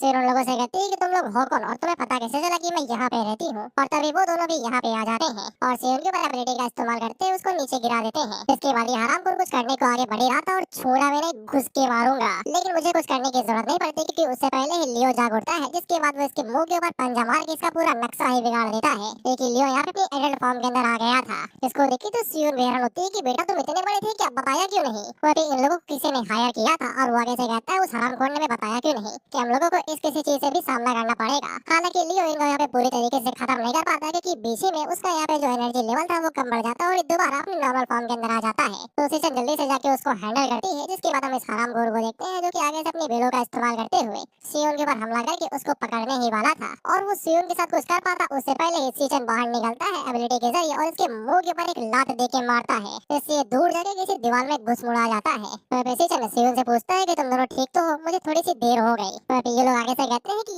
यार ये कहां से है यार, ये तो कोटरा के खिलाफ है ना, उसने बोला था सिर्फ लड़की उठानी, ये कहां से आ रहा है ये सब कुछ। अब ये मत कहना कि डायनासोर भी आ जाएगा यहाँ पे। तो सियोन को सिचन की चिंता हो रही थी क्योंकि ये सारे अवेकनर्स थे। तो सिचन उसे कहता है चिंता ना करो मैं भी हूँ। इसके बाद हम इस हरामखोर को देखते हैं जो कि बाहर निकलता है ये कहते हुए कि अब तो मैं तुम्हारे सर लेके ही जाऊंगा। तो सिचन उसे कहता है कि अभी देता हूँ। इसके बाद हमें एक थोड़ा सा पास दिखाया जाता है जहाँ पे कुछ लोग सिचन को बुली कर रहे थे। ये कहते हुए कि तुम तो दो बॉडी की चीज हो, तुम्हारी हिम्मत कैसे हुई यहाँ पे आने की। उसी टाइम पे हम लोग देखते हैं कि सियोन यहाँ पे आती है सिचन की मदद करने के लिए। तो ये लोग यहाँ पे सियोन को हल्के में ले रहे थे जो कि ठीक है ले लो, लेकिन ये लोग यहाँ पे एक चीज भूल जाते हैं कि जिसके पास खोने को कुछ नहीं और बचाने के लिए सब कुछ है तो वो कुछ भी कर जाएगा। और वो उनसे कहता भी है कि उसको छूना भी नहीं। तो ये आगे से कहता है छूना, हम तो इसे चीर फाड़ देंगे। उतने में हम देखते हैं कि सिचन के हाथों में ईंट लग जाती है जिसके बाद वो मुंह के ऊपर उनको दे मारता है। इसके बाद वो दूसरे बंदे की तरफ आगे बढ़ता है और उसके मुंह के ऊपर भी दे के मारता है। जिसके बाद तीसरे वाले के सर के ऊपर भी दे के मारता है। तो ये आगे से कहता है कि इतना क्या करना है, तुमने तो मेरा सर ही बोल डाला। बाद में ये बच्चों की लड़ाई थी और ये तो तब की बात है कि जब सिचन यहाँ पे नॉर्मल ह्यूमन था, अब तो यहाँ पे अवेकनर है। और वो सियोन से कहता है चिंता ना करो, बहुत ही जल्द ये सब कुछ यहाँ पे खत्म हो जाएगा। इसके बाद ये तीनों एक साथ हमला करने को आगे बढ़ते हैं लेकिन उतनी ही तेजी के साथ में निपटते हुए जा रहे थे। ये बस एक ही गोसे के हैं। इसके बाद दूसरा बंदा हमला करने की कोशिश करता है लेकिन सिचन उसका मुंह पकड़ता है और मुंह के ऊपर अपना घुटना दे के मारता है। इसके बाद ये तीसरा वाला बाहर निकलता है तो सिचन इसके अटैक को इजीली डॉज करता है। तो ये उसके ऊपर दोबारा हमला करने को आगे बढ़ता है ये कहते हुए कि बस एक स्टूडेंट ही हो, क्या उखाड़ लोगे हमारा। उतने में सिचन सभी अटैक्स को डॉज करते हुए तेजी के साथ आगे बढ़ता है और इसके मुंह के ऊपर अपना घोंसा देके मारता है और इसकी ठूठ को खूद के अंदर बदल देता है। और सियोन को याद आता है कि सिचन अब पहले वाला सिचन नहीं रहा, अब वो यहाँ पे एक अवेकनर है जिसने यहाँ पे फर्स्ट प्लेस हासिल की है यूनिवर्सिटी के अंदर। वहाँ पे एक घुसने के अंदर ये ढेर हो जाते हैं और मुंह इनका फट जाता है। वहाँ पे सिचन सियोन से कहता है कि तुम जरा लियो को लेके घर जाओ, मैं इनको सिटी गार्ड तक छोड़ के आता हूँ। इसके बाद जब इन लोगों की आंखें खुलती है तो ये लोग अंडरग्राउंड बेसमेंट के अंदर थे जहाँ पे सिचन ने इन्हें बांध रखा था। तो ये लोग उससे पूछते हैं कि तुम हमारे साथ क्या करने वाले हो। सिचन उन लोगों से कहता है कि तुम लोग पैसों वाले कुत्ते हो तो फिर ऑफकोर्स तुम्हें किसी ने पैसे दिए होंगे, उसका नाम बकोगे। तो ये आगे से चू चुकुर कर रहते कहते हुए कि नाम नहीं देने वाला। तो सिचन आगे से यहाँ पे क्लास को अपनी स्विच करता है उसी लॉर्ड वाली फॉर्म के अंदर जिसका नाम नहीं बताया गया। अच्छा इसका नाम है रात इल्यूनिस्ट। ये से लिए यहाँ पे सपने वपने दिखाता है या फिर इल्यूजन दिखाता है। तो इल्यूनिस्ट भाई सबसे ब्रूटल मेथड इस्तेमाल करो, मुझे कोई दिक्कत नहीं है, तुम इनके पीछे से बेल घुसा के मुंह से निकाल दो, I don't care about that. इसके बाद सिचन यहाँ पे हिप्नोटिज्म का इस्तेमाल करते हुए इस बुड्ढे को पहले हिप्नोटाइज करता है। इसके बाद इसी की एबिलिटी का इस्तेमाल करते हुए इसको टॉर्चर करने लगता है। सबसे पहले इसके पैर के अंदर इसकी बेल घुसा के पार से बाहर निकालता है, जिसके बाद हाथों से। और सिचन को वो एक्सप्रेशन याद आ रहा था जब ये सियोन को यहाँ पे धमका रहा था। इसके बाद सिचन पता नहीं बेल इसके कहाँ पे घुसाता और कहाँ से निकालता है, लेकिन अगला नंबर इसका था तो इसके ऐसे ही फट जाती है। तो ये सब कुछ बताने को रेडी हो गया था और वो हरामखोर और कोई नहीं यही था, इसीलिए मैं इसको 3 गालियां दे रहा था। अभी तुम मैं दे रहा हूँ तुम भी दोगे। वह भी हरामखोर पार्टी कर रहे थे और यहाँ पे ये बात फैल गई थी कि इसको रिजेक्ट किया गया है और ऑफ कोर्स वो सियोन नहीं थी, इसलिए उसने यहाँ पे सियोन को उठवाने का ऑर्डर दे दिया क्योंकि वो सियोन को यहाँ पे भी दिखाना चाहता था कि वो कितनी गलत थी। तो इसके बाद ये जब ढीला होने के लिए जाता है तो सीजन इसके पीछे से बाहर निकलता है और उसे कहता है कि तुम्हें हो नाजायज हरामखोर कुत्ते की पिल्ले। इसके बाद हम लोग कुछ गार्ड्स के यहाँ पे बातें करते सुन पाते हैं और इनकी गाते भाई कुछ ज्यादा ही ट्रॉमेटाइजिंग है। ये जो अपना हरामखोर कुत्ते का पिल्ला है यहाँ पे लड़कियों को बुलवाता है और उनको असॉल्ट करता है, वही आर वर्ड, वो भी किडनैप करके। दूसरा गार्ड पूछता है कि इन्हें कभी सजा नहीं हुई क्या, तो वो आगे से कहता है अमीर बाप का लौंडा है, कहाँ से हो जाएगी। तो उसका बाप सब कुछ कवर कर लेता है और जो लड़कियां इस चक्कर में फंसती है वो बेचारी आखिर में जाके एस वर्ड का इस्तेमाल करके कूद जाती है। मुझे बताने की जरूरत नहीं है, हम इस हरामखोर को देखते हैं जो कि आगे से कहता है तुम यहाँ पे आए कैसे। जिसके बाद सीजन यहाँ पे इसके बाद सीजन यहाँ पे डबल कंफर्म करने के लिए यहाँ पे उस गैंग वाले का फोन मिलाता है तो फोन इसी के ऊपर बजता है। तो सीजन को समझ में आ जाता है कि ये वही है जिसने यहाँ पे सियोन के पीछे उन गुंडों को भेजा था। तो ये सीजन से पूछता है कि तुमने उनके साथ किया क्या। तो सीजन इसके सामने ही हाथों से फोन को तोड़ देता है और बताता है ये किया और अब तेरे साथ भी वही करूंगा। जिसके बाद ये बिल्डिंग को तोड़ते हुए बाहर जाके गिरता है तो ये आगे से मदद की गुहार लगाने लगता है, लेकिन जब तक ये बाहर निकलता है तब तक सब पहले यहाँ पे ढेर हो चुके थे। पता नहीं सीजन ने इनको मारा या नहीं मारा, मेरे हिसाब से तो निपटा ही देना चाहिए था। इसके बाद सीजन इसकी तरफ आगे बढ़ता है तो उसकी फटके चार थी। ये कहता है तुम मेरे साथ ये क्यों कर रहे हो, मैंने तो कुछ भी नहीं किया, मुझसे दूर हटो। मेरा बाप यहाँ का डायरेक्टर है, वहाँ का डायरेक्टर, अगर तुमने मेरे साथ किया तो वो तुम्हें मार डालेगा। सीजन इसको भी हिप्नोटाइज करता है और आगे से यहाँ पे इसको कंट्रोल करते हुए एक कांच उठाता है और हमें बताता है कि ईविल सिर्फ यहाँ पे डंजन के अंदर नहीं रहता, वो बाहर भी रहता है ह्यूमन रियलम के अंदर। और ये साले हरामखोर यहाँ पे अपनी ताकत को वेपन के जरिए इस्तेमाल करते हैं गंदे संदे क्राइम करने के लिए। वहाँ पे कई सारी लड़कियों ने अपनी जान ले ली थी, जो उनके साथ हुआ था वो सब कुछ हैंडल करने की जगह पे, क्योंकि ये पावर का इस्तेमाल करके जस्टिस को भी अवॉइड कर देते हैं। और ये आगे से कहता है वो तो फिसल के गिर गई थी ना, अथॉरिटी को तो यही पता है। इनके मेथड यहाँ पे किसी भी डीमन से कई गुना ज्यादा हरामी है और डिसीसियस है, इसलिए इनको तो डीमन से भी ज्यादा गंदी सजा मिलनी चाहिए। लेकिन इस बार तुमने किसी ऐसे से पंगा ले लिया जिसको तुम्हें नहीं छूना चाहिए था और मैं इस बार पूरी तरीके से यहाँ पे हर एक खतरे को मिटा दूंगा जो सियोन के आसपास है। तुम बिल्कुल भी मैं हेजिटेट नहीं करने वाला, करना भी नहीं। और सडनली इसके बाद हमें यहाँ पे क्या हुआ इसकी कोई भी खबर नहीं दी जाती। ऑथर डैम शिट यू, तुमने ऐसा क्यों किया भाई? अरे थोड़ा सा सुकून मिलता है यार जब इसके बाप को हम लोग टसुए बाते हुए देखते। इसके बाद हम लोग डिंग में दोबारा आ जाते हैं। सीजन जब सियोन को बचाने के लिए यहाँ से टेलीपोर्ट हो गया था तो डिंग को दोबारा झटका लगा था कि इसके पास कितनी एबिलिटीज है भाई, ये झटके में टेलीपोर्ट कैसे हो गया। इसके पास पता नहीं कितने सारे सीक्रेट छुपे हुए हैं और पता नहीं कितने अभी तक छुपा रहा है। पर उनके जाने के तुरंत बाद ही यहाँ पे जो रेस्क्यू टीम थी वो आ जाती है, उन्हें सिर्फ यहाँ पे डिंगी मिलता है। वहाँ पे जुआन उससे कहता है इस डंजन की जो स्ट्रेंथ थी वो B-रैंक के बराबर थी, तुम लोग सर्वाइव कर गए, ये किसी मिरेकल से कम नहीं है। वहाँ पे बाकी लोग भी यहाँ पे सर्वाइव कर गए थे, किसी को भी कोई दिक्कत नहीं थी। लेकिन तभी वो उन लोगों से पूछता है कि सीजन कहाँ पे है, तो जो टीम थी वो बताती है कि मैं और कोई भी नहीं मिला। जुआन आगे से कहता है ये सारी यहाँ पे एकेडमी की गलती है कि उन लोगों ने डंजन को अच्छे से यहाँ पे इंस्पेक्ट नहीं किया और तुम लोगों को इतनी सारी यहाँ पे सफरिंग झेलनी पड़ी। मैं इसके खिलाफ पक्का यहाँ पे कंप्लेन करूंगा। लेकिन तभी हम लोग यहाँ पे डिंग के फादर को देखते हैं और वो आगे से कहता है नहीं ये पूरी तरीके से परफेक्ट है। एक अजीब हादसा यहाँ पे असेसमेंट के दौरान में हुआ, जो प्रोटेक्टर है वो यहाँ पे मॉन्स्टर के द्वारा डिफीट कर दिए गए और इस तरीके से निराशा के मोमेंट में यहाँ पे सिर्फ डिंग सामने आया जिसने यहाँ पे सब कुछ सॉल्व कर दिया और ये एकदम परफेक्ट स्क्रिप्ट है। डिंग आगे से अपनी प्राइड के खिलाफ में ये सब कुछ नहीं सुनना चाहता था और वो कहने ही वाला था कि सीजन है, लेकिन तभी यहाँ पे इसका बाप इसको शांत कर देता है ये कहते हुए कि तुमने किया है ये आज जो कुछ भी हुआ है वो हर किसी ने देखा है कि ये सब कुछ तुमने किया है। किसने किया है? तुमने किया है। और कल की ग्रेजुएशन सेरेमनी तुम्हारे यहाँ पे असली ट्रू स्टेज होने वाली है। अब मैं यहाँ पे चीजों को थोड़ा सा स्पीड अप करने वाला हूँ। हम लोग देखते हैं ये तीनों पार्टी कर रहे थे क्योंकि सियोन को यहाँ पे संघाई यूनिवर्सिटी के अंदर एडमिशन मिल गया था, लेकिन सीजन जरा सा भी शौक नहीं हुआ था। तो सियोन उसे पूछती कि तुम्हें पहले से ही पता था क्या? तो ऑफकोर्स सीजन को पहले से ही पता था। वहाँ पे जोंग उन लोगों से कहती है काफी ज्यादा टफ होगा कि वो यहाँ पे संघाई जाने वाली है पढ़ाई करने के लिए। हालांकि सियोन तो मना कर रही थी क्योंकि खर्चा काफी ज्यादा होगा, लेकिन सीजन उसे कहता है कि तुम वहीं पे ही जाओगी क्योंकि ग्रेजुएट होने के बाद मैं भी वहीं पे ही जाऊंगा। बेसिकली ये दोनों ही संघाई जाने वाले हैं तो ये काफी ज्यादा खुश हो जाते हैं और खुशी के मारे नाचने लगते हैं। वह सीजन के बारे में हमें पता ही है कि वो किसी भी कीमत पे सियोन को यहाँ पे प्रोटेक्ट करेगा और उसके सपनों को इस बार अबैंडन नहीं करने देगा।